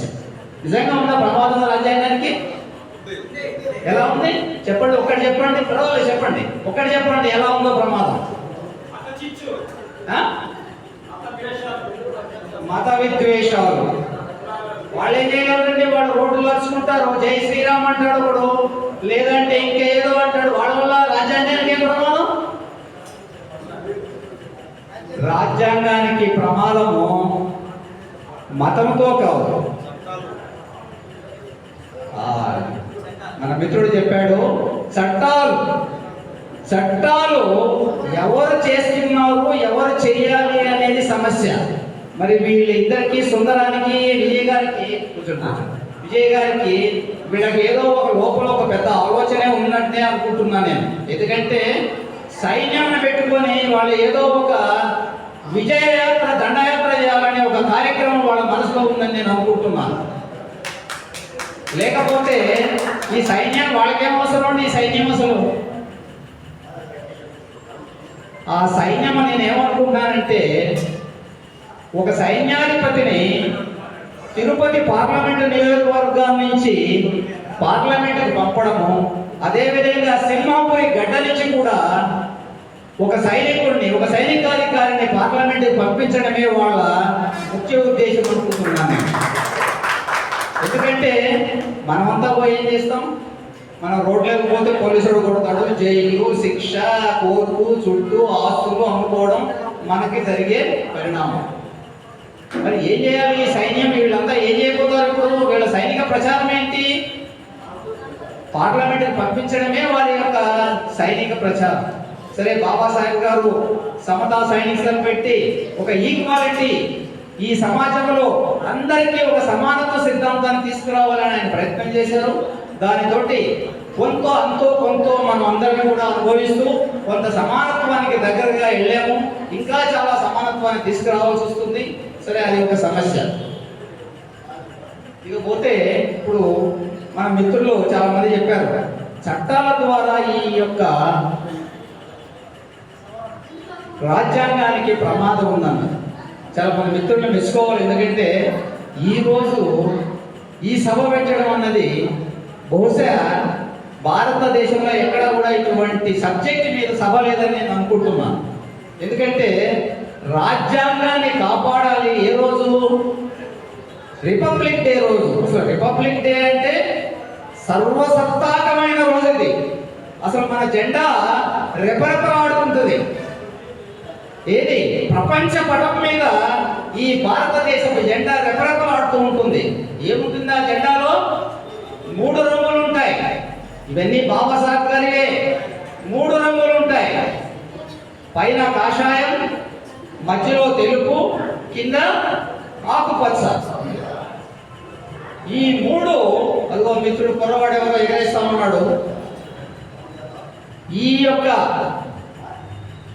సైనికులు ఆ మూడు రంగుల్లో ఒక రంగుని ఈరోజు ఎంచుకున్నారు, సఫ్రాన్. అందరం అనుకుంటాం అది బీజేపీ రంగని, కాషాయం అంటే వాళ్ళదని. కాదు, ఆ కాషాయాన్ని వాళ్ళు సొంతం చేసుకొని ఆ రంగు మాది అంటున్నారు. యాక్చువల్గా మన అందరం నిద్రపోతున్నాం కాబట్టి అసలు మన రంగుని వాడు తీసేసుకున్నాడు. వాడు భారతదేశాన్ని తీసేసుకున్నాడు. ఇండియా పేరునే తెరమరుగు చేస్తూ ఇది భారతం అంటున్నాడు వాడు. మనం మాత్రము మన ఇండియాని వెలుగెత్తి చాటలేకపోతున్నాం. అదేవిధంగా ఆ రంగులో ఏముంటుంది? త్యాగం కాదు, ఇంకా పెద్ద పదం ఉంది తెలుగులో. చెప్పండి, ఎవరు చెప్తారో? ఆ రంగులో ఏం పదం ఉంది? శౌర్యం ఉంది. ఈ బ్రదర్ మాటలను నేను ఒక వీడియోలో చూశాను. ఈయన ఎవరో ఈస్ట్ గోదావరి, వెస్ట్ గోదావరి వాళ్ళే ఇలాంటి ప్రవచనాలు చేయగలుగుతారని నేను అనుకున్నా. తీరా చూస్తే ఇప్పుడే తెలుసుకున్నాను. రాపూర్ కొండ ప్రాంతంలో పుట్టినవాడు. రాపూర్ వాళ్ళు ఎంత ఘనాపాట మనకు తెలుసు కదా. ఒక పోలీస్ స్టేషన్ ధ్వంసం చేసిన వాళ్ళు. కాబట్టి ఈ సైనికుడు తప్పకుండా మనల్ని అందరినీ పార్లమెంట్కి తీసుకుపోతాడు. అక్కడ ఈయన ఒక సైన్యాధిపతిగా, ఈయన కాకపోయినా ఈయన తరపున ఎవరో ఒక సైన్యాధిపతి ఆ పార్లమెంటులో పార్టిసిపేట్ చేస్తాడు. Thank you. అట్లా మనం ఇప్పుడు ప్రమాదం ఏముంది? ఏమన్నా ప్రమాదాలు చూసామా ఇప్పటి వరకు ఈ రాజ్యాంగానికి జరిగిన ప్రమాదం ఏంటో ఒకటి చెప్పగలుగుతారా?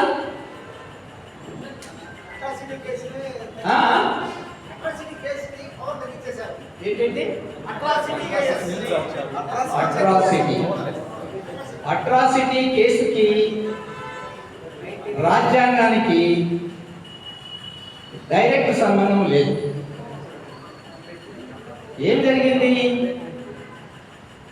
ఈడబ్ల్యూఎస్ రిజర్వేషన్ రాజ్యాంగానికి బీజేపీ వచ్చిన తర్వాత జరిగిన మొట్టమొదటి నష్టం ఈడబ్ల్యూఎస్. ఎకనామికల్లీ వీకర్ సెక్షన్స్ అనే ఒక కాన్సెప్ట్ భారత రాజ్యాంగంలో లేదు. ఓన్లీ బ్యాక్వర్డ్ క్లాసెస్ అని మాత్రమే ఉంది రాజ్యాంగంలో. కానీ వాళ్ళు ఈ సైనికులకి నేను చెప్పేదంటే, ఈ అధిపతులకు, సైనికాధిపతులు, వీళ్ళు నుంచి సైనికులు కాదు, మనం సైనికులమే. ఈ సైనికాధిపతులకు నేను చెప్పేది ఏంటంటే, ఈడబ్ల్యూఎస్ రిజర్వేషన్ అనేది 10% కూలగొట్టేశారు వాళ్ళు. దీని మీద ఇది రాజ్యాంగానికి వ్యతిరేకమైనది, రాజ్యాంగానికి తూట్లు పొడిచింది. దీనికి కాన్స్టిట్యూషనల్ వ్యాలిడిటీ లేదని పరిశ్రమయ్య గారు కూడా చెప్తారనుకుంటున్న తర్వాత నాకంత దాని మీద అంత సబ్జెక్ట్ మీద ఐడియా లేదు. కానీ ఈడబ్ల్యూఎస్ అనేది ఎకనామికల్ వీకర్ సెక్షన్స్ అనేది భారత రాజ్యాంగాన్ని ధ్వంసం చేసిన ఒకానొక కుట్ర. ఈ సైనికులు ఈ సమస్య మీద సుదీర్ఘమైన చర్చలు జరపాలి.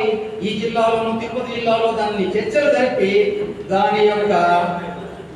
దాన్ని విడ్రా చేసే వరకు ముందు దాని మీద ఒక చర్చ అయితే జరగాలి. తప్ప ఒప్ప రాజ్యాంగ పరిధిలో ఉందా లేదా అనేది మనం చదవాలి. అది ఒకటి నా దృష్టిలో. వీళ్ళందరూ ఈ ఈడబ్ల్యూఎస్ రిజర్వేషన్ అనే ఒక ప్రమాదాన్ని వీళ్ళు గుర్తించినట్టున్నారు. ఆ తర్వాత ఆర్టికల్ 370, అంటే నేను రాజ్యాంగానికి సంబంధించిన ఇష్యూల గురించి మాత్రమే, ఎందుకంటే ఈరోజు సభ ఏమి సభ పెట్టుకున్నామో ఆ సభల గురించే మనం విశ్లేషించుకోవాలి, ఏదంటే అది విశ్లేషించుకోకూడదు. ఆర్టికల్ 370 జమ్మూ కాశ్మీర్, ఇక్కడ ముస్లిం సోదరులు ముస్లింలే కాదు, జమ్మూ కాశ్మీర్ అనే దానికి బీజేపీ ప్రభుత్వం వచ్చిన తర్వాత ఆర్టికల్ 370 రద్దు చేశారు. చాలా మంది అనుకోవచ్చు భారతదేశంలో ఇంటిగ్రేట్ అయింది కదా, కాబట్టి తప్పేముంది, మంచిదే కదా, భారతీయులకు మంచిదే కదా అని వాళ్ళు ఒక ప్రశ్న ఎదురు రావచ్చు. కానీ రాజ్యాంగం కల్పించిన హక్కు ఉంది దాంట్లో. ఏముంది హక్కు? కాశ్మీర్ ప్రజలు ఏ రోజైతే ఒప్పుకుంటారో ఆ రోజు ఆర్టికల్ని రద్దు చేస్తూ భారత రాజ్యాంగంలో, భారత యూనియన్లో మిగతా రాష్ట్రాలకు ఉన్న విధంగానే అది కూడా ఉంటుంది. ప్రత్యేక హక్కులు ఉండవు అనేది ఆర్టికల్ 370 చెప్తుంది. కానీ బీజేపీ వచ్చిన తర్వాత ఏం చేశారు? ఆర్టికల్ 370 రద్దు చేశారు. రద్దు చేయాలంటే అందులో ఏముండాలి? కాశ్మీర్ ప్రజల అనుమతి ఉండాలి. ఎప్పుడు చేశారు బీజేపీ? రాష్ట్రపతి పాలన పెట్టి, అంటే అది తప్ప ఒప్ప అని కాదు, ఒక ప్రొసీజర్ని ఫాలో కావాలి. రేపు ఈ SC reservation, SC definition, BC definition, scheduled tribe definition, ఇవన్నీ ఇందులో చెప్తున్నారు. ఇవన్నీ కూడా రద్దు చేసినా కూడా మనం ఏం చేయలేము. అంటే రాజ్యాంగం ఏదైతే ఇవన్నీ బేసిక్ స్ట్రక్చర్ ఆఫ్ ద రాజ్యాంగంలో కిందకు వస్తాయన్నమాట. ఆర్టికల్ 370 అనేది భారత రాజ్యాంగం ప్రొవైడ్ చేసిన ఒకానొక ఆర్టికల్. దాన్ని గౌరవించడము యూనియన్ గవర్నమెంట్ యొక్క బాధ్యత. ఏ రోజైతే అక్కడ అసెంబ్లీ లేదో గవర్నర్ చేత ఒక రిజల్యూషన్ తీసుకొని ఆర్టికల్ 370 రద్దు చేసేస్తారు. రేపు మన ఆర్టికల్ ఏంటి? షెడ్యూల్ క్యాస్ట్ ఆర్టికల్ ఎక్కడుంది? 341. రేపు 341 అందరూ సమాప్తం అయిపోయారు. 341 అవసరం లేదు. 342 షెడ్యూల్ ట్రైబ్ అవసరం లేదు. 2930 మైనారిటీస్ అవసరం లేదు. ఇది డిసైడ్ చేసినా కూడా మనం ఏం చేయగలము? ఏమి చేయలేము.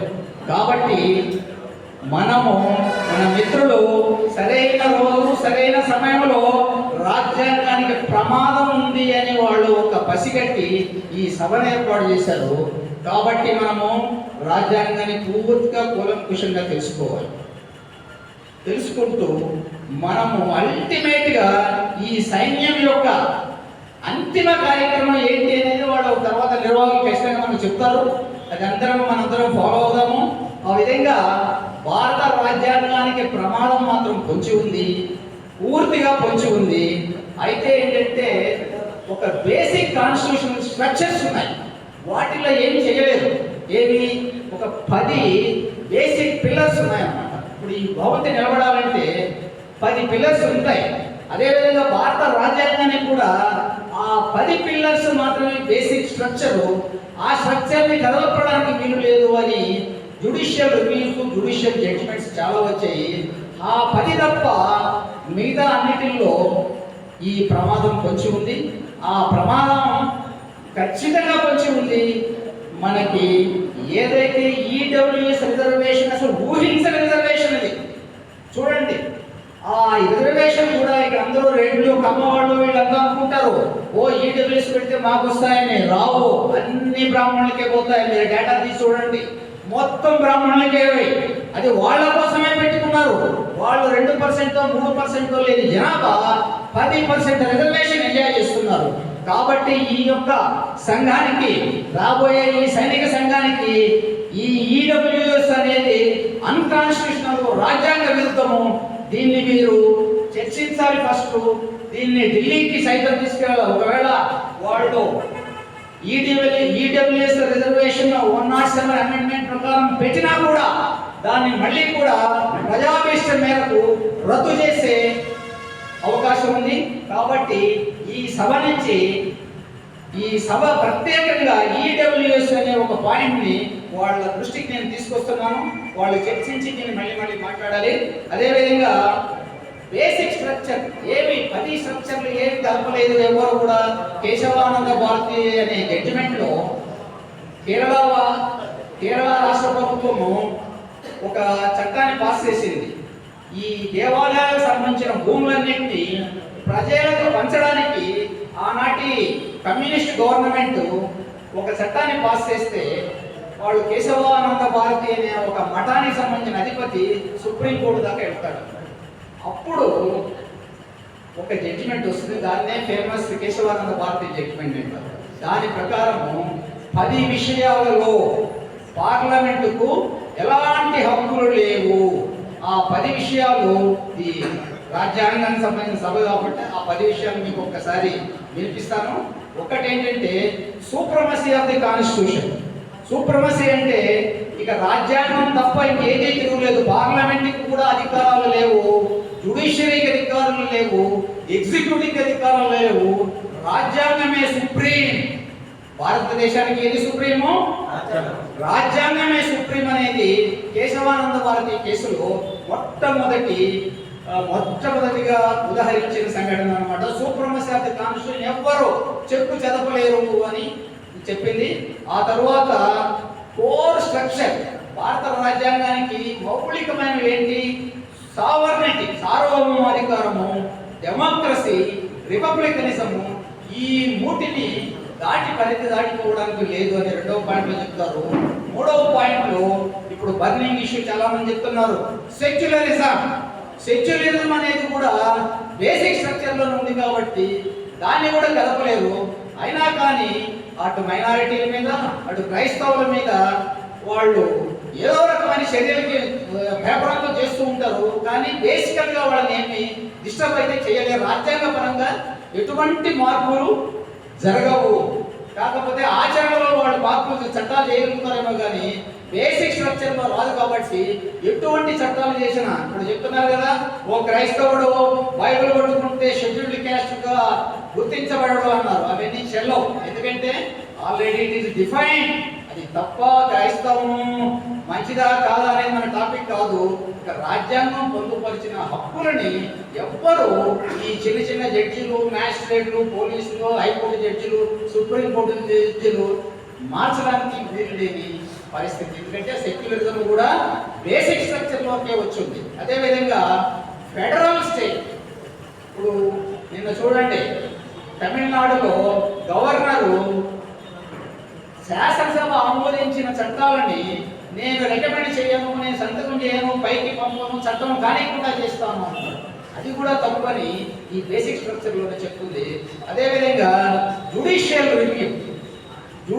రివ్యూ అంటే పార్లమెంటు చేసిన చట్టాలను రివ్యూ చేసే అధికారము సుప్రీంకోర్టుకు ఉంటుంది.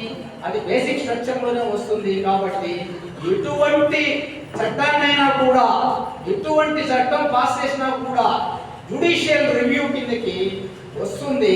కాబట్టి ఇది కూడా ఉన్నది బేసిక్ స్ట్రక్చర్.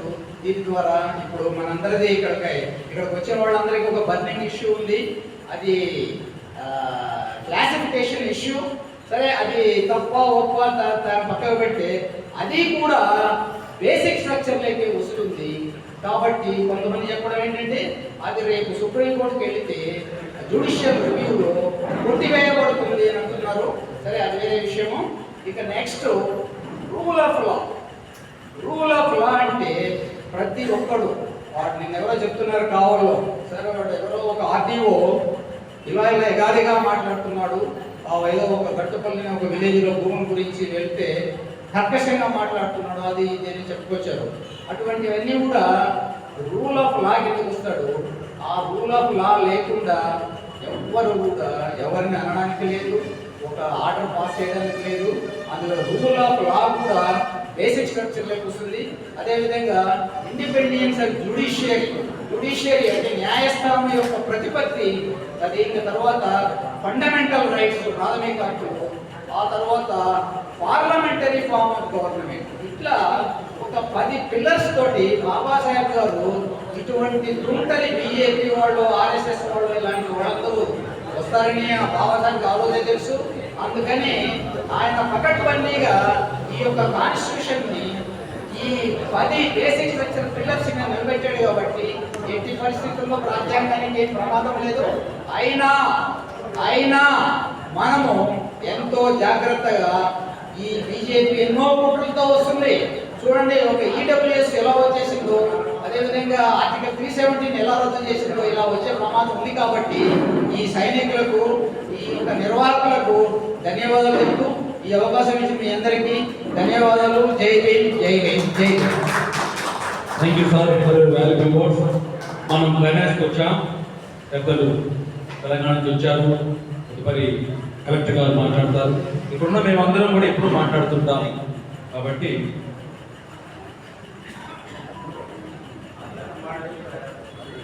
అందరినీ పిలిచాము. పద్మజ గారు, దుర్గపాటి పద్మజ గారు, ఆమెని మొదట్లోనే పిలిచారు. అవి బయటికి వెళ్ళి మన విజయలక్ష్మి గారు, రాజ్యలక్ష్మి గారు కొన్ని మాటలు మాట్లాడడం చేస్తున్నా. తదుపరి మత్స దేవేంద్ర గారు, అండ్ రమేష్ గారు, వారు రమేష్ రెడ్డి గారు, ఆయనకి ఇష్టం లేదు రెడ్డిని పిలిపించుకోవడం, సో వారు మాట్లాడతారు. ఫైనల్గా కలెక్టర్ గారు మాట్లాడతారు.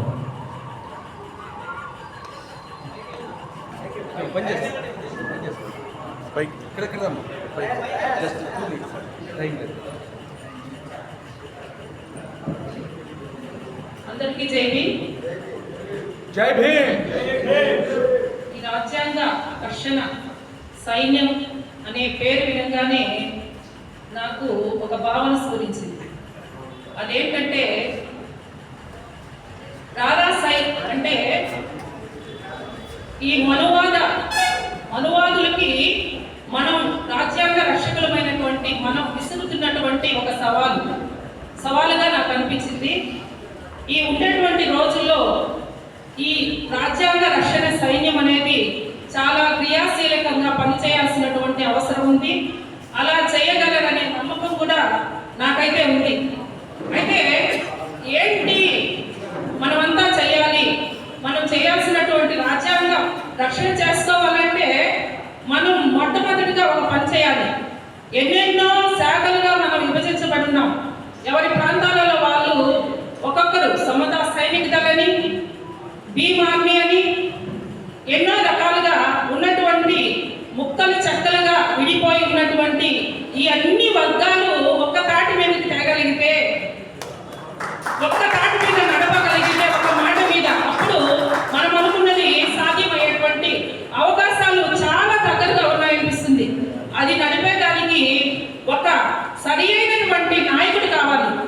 ఆ నాయకత్వం ఇప్పుడు మన ముందుకు వచ్చిందని చెప్పి దాసరి సుందరం సార్ గారి రూపంలో మరియు వేగూరి విజయ్ అంబేద్కర్ రూపంలో వచ్చిందని చెప్పి నాకు అనిపిస్తుంది. అదేవిధంగా మనం కూడా వారికి చేసినటువంటి కృషికి సహాయ సహకారాలు కూడా మనం తప్పకుండా అందించాలి. నేను రీసెంట్గా సంక్రాంతి సందర్భంగా ఒక గ్రూప్లో ఒక మెసేజ్ పెట్టాను, సంక్రాంతి శుభాకాంక్షలు తెలుపుతూ.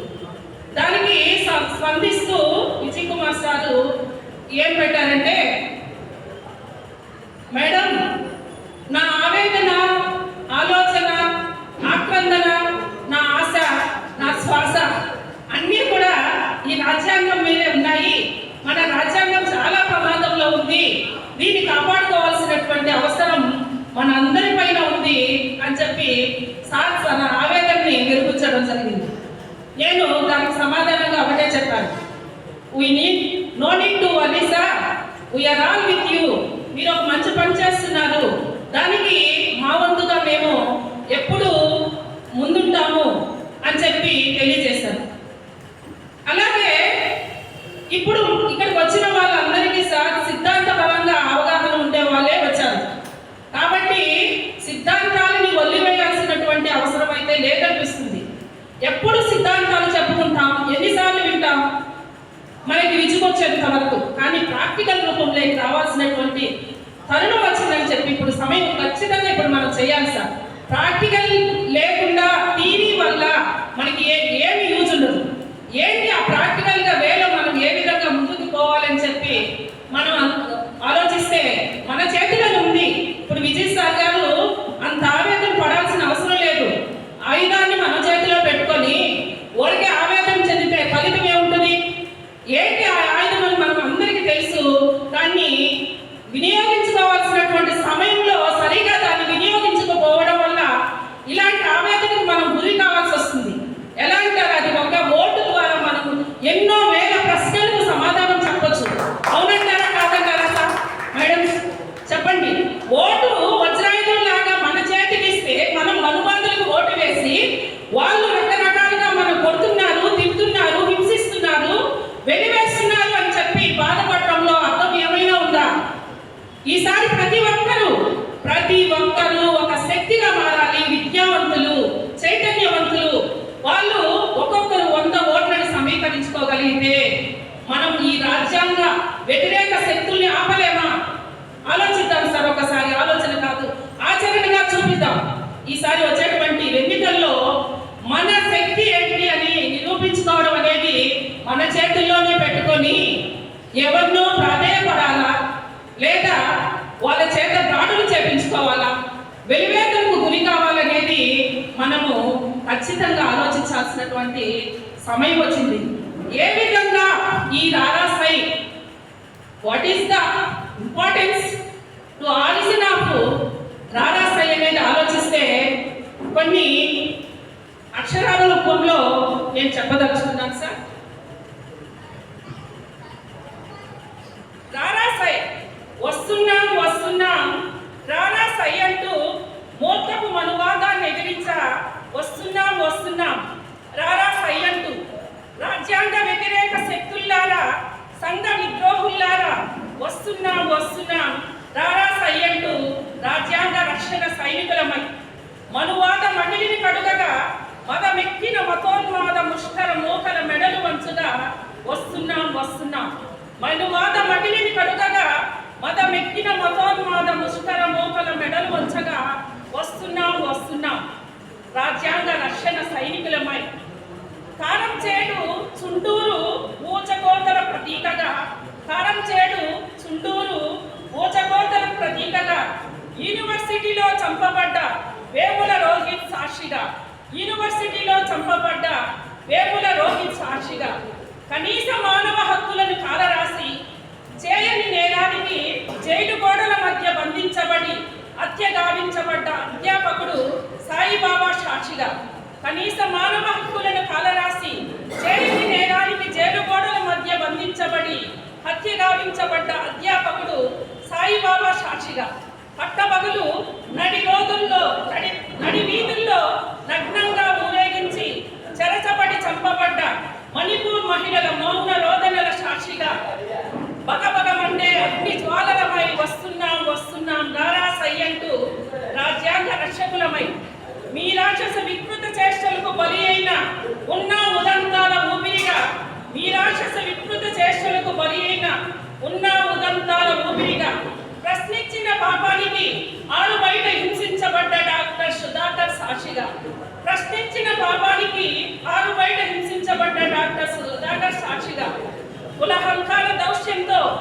నడి రోడ్డున నరకబడ్డ ప్రణయ్ ప్రేమ సాక్షిగా కులహంకార దౌష్యంతో నడి రోడ్డున నరకబడ్డ ప్రణయ్ ప్రేమ సాక్షిగా చదువులమ్మ ఒడిలో పసి మొక్కలుగా అసువుల భాషణ ప్రణీత సుగాలి ప్రీతి సాక్షిగా చదువులమ్మ ఒడిలో పసి మొక్కలుగా అసువులు బాసిన ప్రణీత సుగాలి ప్రీతి సాక్షిగా ఇంకా ఎన్నో ఎన్నెన్నో దురాఘాతాల ప్రతీకగా వస్తున్నాం వస్తున్నాం రారాసై అంటూ రాజ్యాంగ పరిరక్షకులమై ఎవడబ్బ సొత్తురా ఈ రాజ్యాంగం ఎవడబ్బ సొత్తురా ఈ రాజ్యాంగం రాజ్యాంగాన్ని మార్చని తరం కాదురాయని రాజ్యాంగాన్ని మార్చని తరం కాదురాయని గలమెత్తి నినదించ తిరగబడ్డ సింహాలమై గలమెత్తి నినదించ తిరగబడ్డ సింహాలమై సమర శంఖం పూరించగా వస్తున్నాం వస్తున్నాం రారాసై అంటూ రాజ్యాంగ రక్షణ సైనికులమై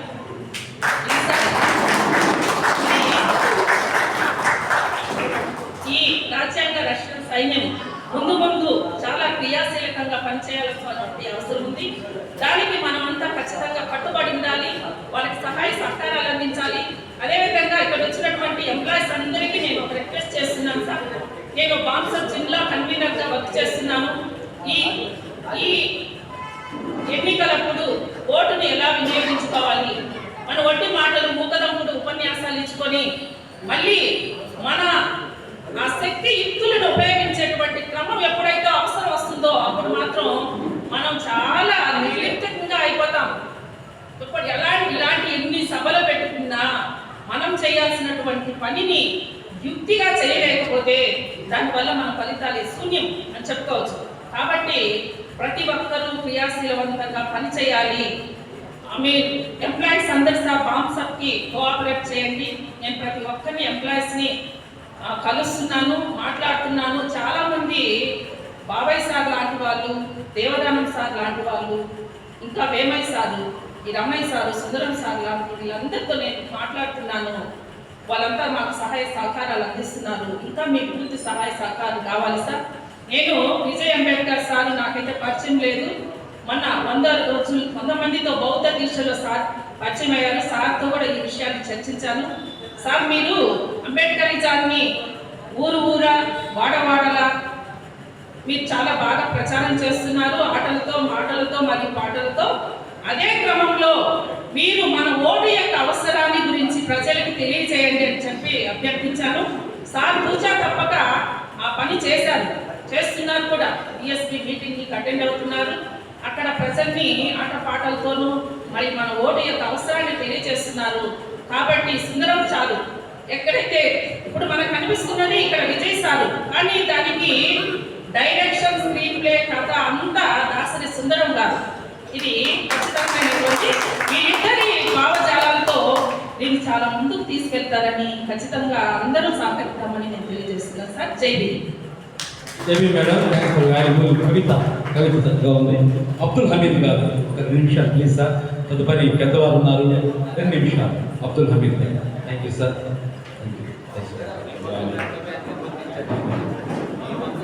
అబ్దుల్ హమీద్ గారు, చివరిలో రాజ్యాంగాలు గౌరవించబడతాయి. దయచేసి చివరి వరకు కూడా మనం చేస్తున్నాను. తదుపరి మత్స దేవేంద్ర గారు, రమేష్ గారు, తదుపరి కలెక్టర్ గారు మాట్లాడతారు. ముగించుకుందాం సభను.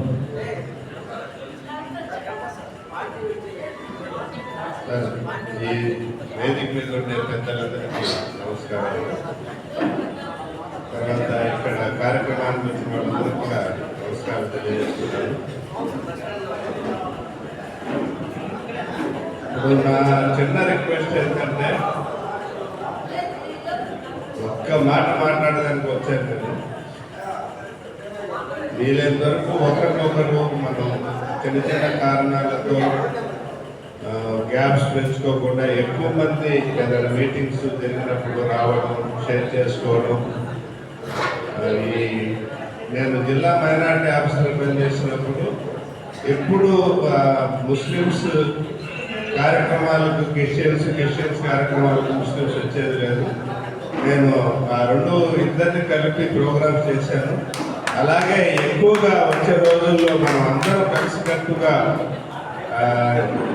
ఎస్సీ, ఎస్టీ, బీసీ, మైనారిటీ అందరం ఒక వేదిక మీద షేర్ చేసుకుని ఒకరిది చిన్న చిన్న పొరపాట్లు క్షమించుకుంటా పెద్ద మనుషులతో మనం కలిసిమెలిసి ఒక చోట చేరితే భవిష్యత్తు మనదే. మనలో యూనిటీ లేకపోతే మనం ఎన్ని మాట్లాడుకున్నా, ఎన్ని ఆవేశాలు పడినా కూడా వేస్ట్ అని నా చిన్న సూచనతో ముగిస్తున్నాను. Thank you sir. Valuable word. ముగింపు కొంచెం పెద్దలు మనం పిలుచుకున్నటువంటి అతిథులు మాట్లాడతారు. మైకేల్, పిడమర్తి మైకేల్ గారు ఒక పాట పాడిన తర్వాత రమేష్ గారు, వాళ్ళు యాక్చువల్లీ రెడ్డి అయినా సరే పొలం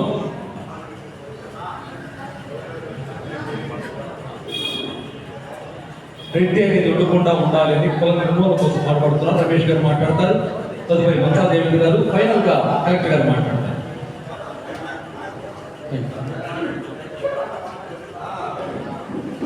జై భీమ్. జై భీమ్. రాజ్యాంగ రక్షణ సైన్యం ఆవిర్భావ సభకు నన్ను ముఖ్య అతిథిగా ఆహ్వానించిన సుందరం అన్న గారికి, అన్న విజయ్ వేగూర్ అంబేద్కర్ గారికి, సభను అలంకరించిన పెద్దలందరికీ, సభకు విచ్చేసిన పెద్దల కూర్చున్నఅందరికీ నా ఉదయపూర్వక సామాజిక సమ్మానంతో ఉద్యమవందనం తెలియజేస్తూ, మిత్రులారా, మనువాదం, మనువు రచించిన వాదం, బాబాసాహెబ్ రచించిన పవిత్ర రాజ్యాంగం. గుర్తుపెట్టుకోవాలి, మనువు రచించిన మనువాదం, మనువు క్రియేట్ చేసిన మనువాదం, బాబాసాహెబ్ రచించిన పవిత్ర రాజ్యాంగం. అన్నగారు దాసరి చెన్నన్న గారు అన్నగారు చెబుతుంటే నేను ఒకటే మాట్లాడదలుచుకునే పాడబడతాను. ఒక్క మాట చెప్పి పాటలు దిగుతాను. తల్లి పురిటి నొప్పులు మనందరికీ తెలుసు. తల్లి పురిటి నొప్పులని మించిన పాట లేదు, తల్లి పురిటి నొప్పులని మించిన బాధ లేదు.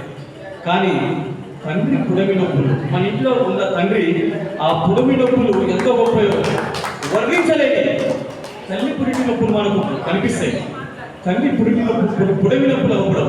కానీ మన ప్రతి ఒక్క ఇంటి కోసం బాబాసాహెబ్ గారు పడ్డ పుడమి నొప్పులు, ఒక్కొక్క కొడుకు చనిపోతుంటే భార్య జరిగిపోతుంటే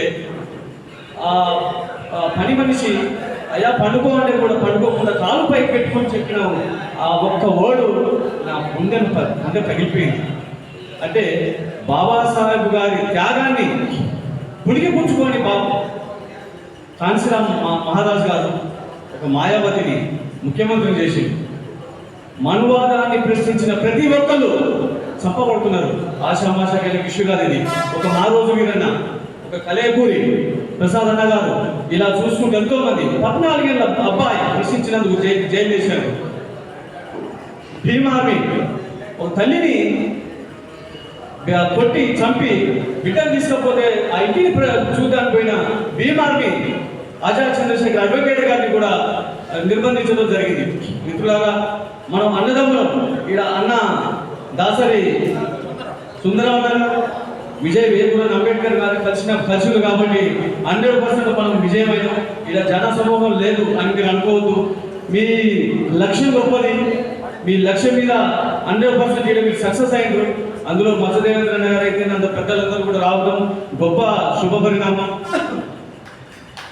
బాబాసాహెబ్ గారి పాటని స్మరిస్తూ అందెవాడలో పుట్టిన అంబేద్కరుడా, అంబరాన చుక్కవై వెలుగుచున్నవా, అంబవాడలో పుట్టిన అంబేద్కరుడా, అంబరాన చుక్కవై వెలుగుచున్నవా, వెలిగాడలో వెలుగు రూపమా, అనగారిన వర్గాల ఆశ దీపమా,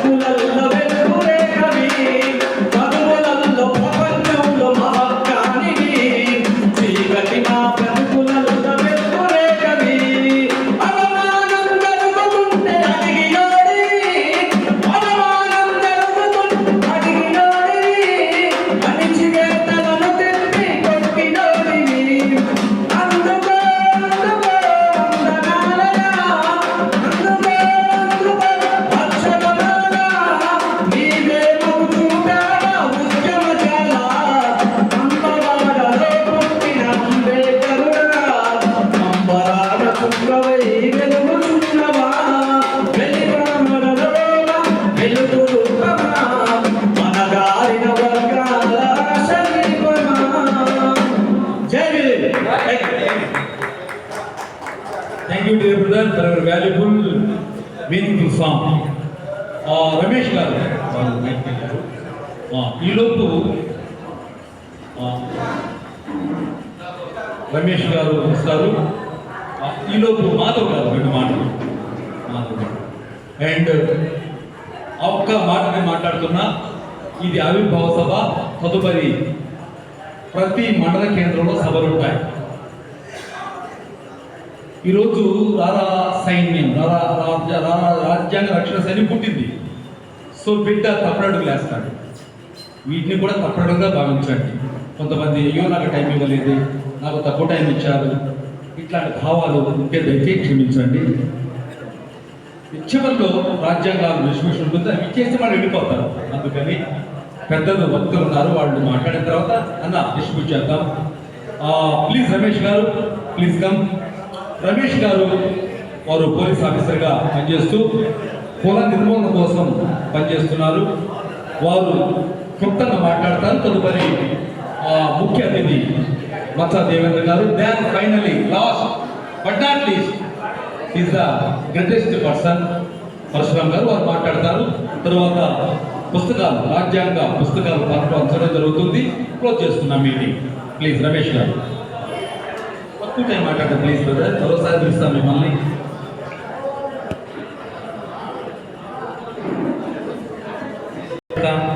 కొంతమంది బాగా మాట్లాడతాం, కొంతమంది సరిగ్గా మాట్లాడకపోవచ్చు. అయినా సరే పరిస్థితున్నందుకు మీ అందరికీ హృదయపూర్వకంగా ధన్యవాదాలు. గాలిది ఏ కులమో, నేలది ఏ కులమో, గాలిది ఏ కులమో, నేలది ఏ కులమో, నేలన నడిచి భూమిని నడిచి, గాలిది ఏ కులమో, నేలది ఏ కులమో, గాలిది ఏ కులమో,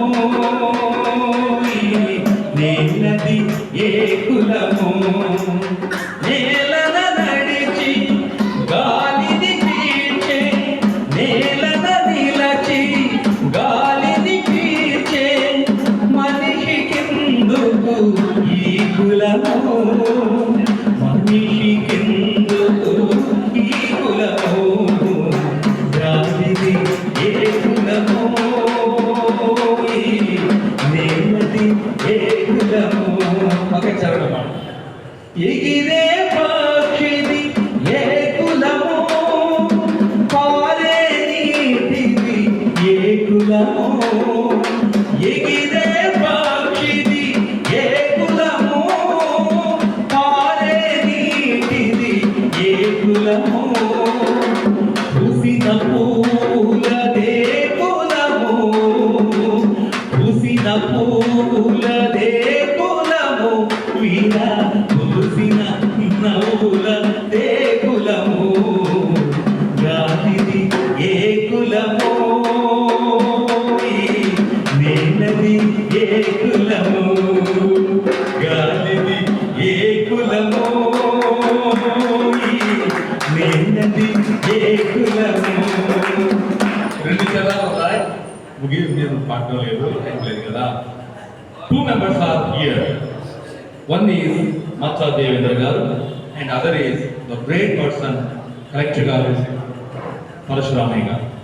వీళ్ళిద్దరూ మాట్లాడిన తర్వాత మీకు బుక్స్ ఇవ్వబడతాయి. రాజ్యాంగ పుస్తకాలు ఒక్కొక్కటి 300 రూపాయలు. అది ఆయన దయ, చెన్నకేశ్వర గారి దయ. మీకు ఫ్రీగా ఇస్తారు, డబ్బు తీసుకొని ఇస్తారు. దట్ ఈస్ యువర్ చాయిస్ అన్నా. సో విశిష్ట అతిథులు మచ్చా దేవేంద్ర గారు. ఏమైపోయేవాళ్ళము అంబేద్కర్ లేకపోతే. ఆ పాట తెలియని అంబేద్కర్ వాది ఉన్నాడు. ఆ పాట పాడని గాయకున్నాడు. అతిశయోక్తి కాదు ఇది. ఈ పాట తెలియని మా మల్లేష్ చేస్తున్నాడు, అందరూ అవసరస్తున్నారు మచ్చా దేవేంద్ర గారి కోసం. ఈ పాట తెలియనటువంటి అంబేద్కర్ వాది ఉన్నాడు. ఈ పాట పాడని గాయకున్నాడు. అంత అద్భుతమైన పాట రాశాడు. ఏమైపోయేవాళ్ళం అంబేద్కర్ లేకపోతే. But a wonderful life beginning is super. ఏమైపోయేవాళ్ళం అంబేద్కర్ లేకపోతే. ఏమైపోతాం? మోదీకి ముంత, ముడికి తాటాకు, ఊరికి అవతల చీకట్లో చాలా సంతోషం. పోరాటం ఏంటి? ఓటు ఎందుకు? యుద్ధం ఎందుకు? అధికారం అని అవసరమా? ఏంటి? హ్యాపీగా చెట్టు కింద ఉండేవాళ్ళం.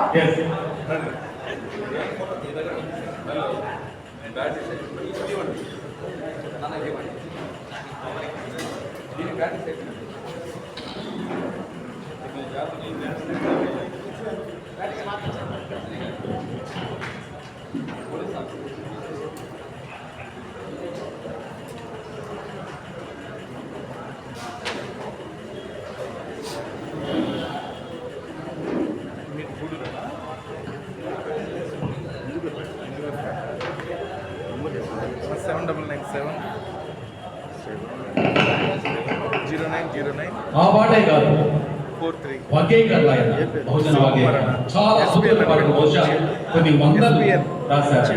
వారు మాట్లాడుతున్నారు, శ్రద్ధగా విందాం. ఫైనల్లీ రాజు గారు మాట్లాడతారు. బుక్స్ డిస్ట్రిబ్యూషన్ జరిగింది, క్లోజ్ చేస్తున్నారు. మీరందరూ శ్రద్ధగా ఉన్నందుకు మరొకసారి వందనాలు, ధన్యవాదాలు.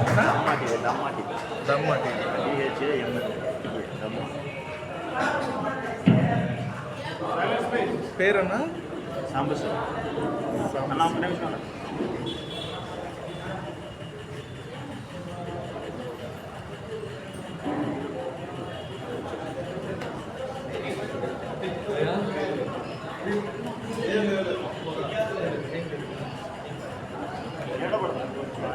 ఈరోజు కార్యక్రమానికి హాజరైన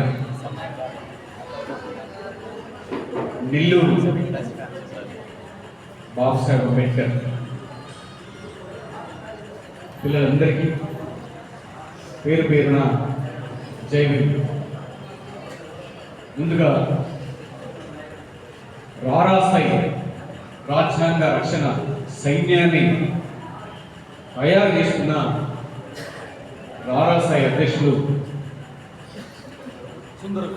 సుందరమన్నకి, అదేవిధంగా విజయ్ వేగులన్నకి ప్రత్యేకమైన ధన్యవాదాలు. ఈ కార్యక్రమానికి ముఖ్య అతిథులుగా మమ్మల్ని పిలిచినందుకు, నాతో పాటు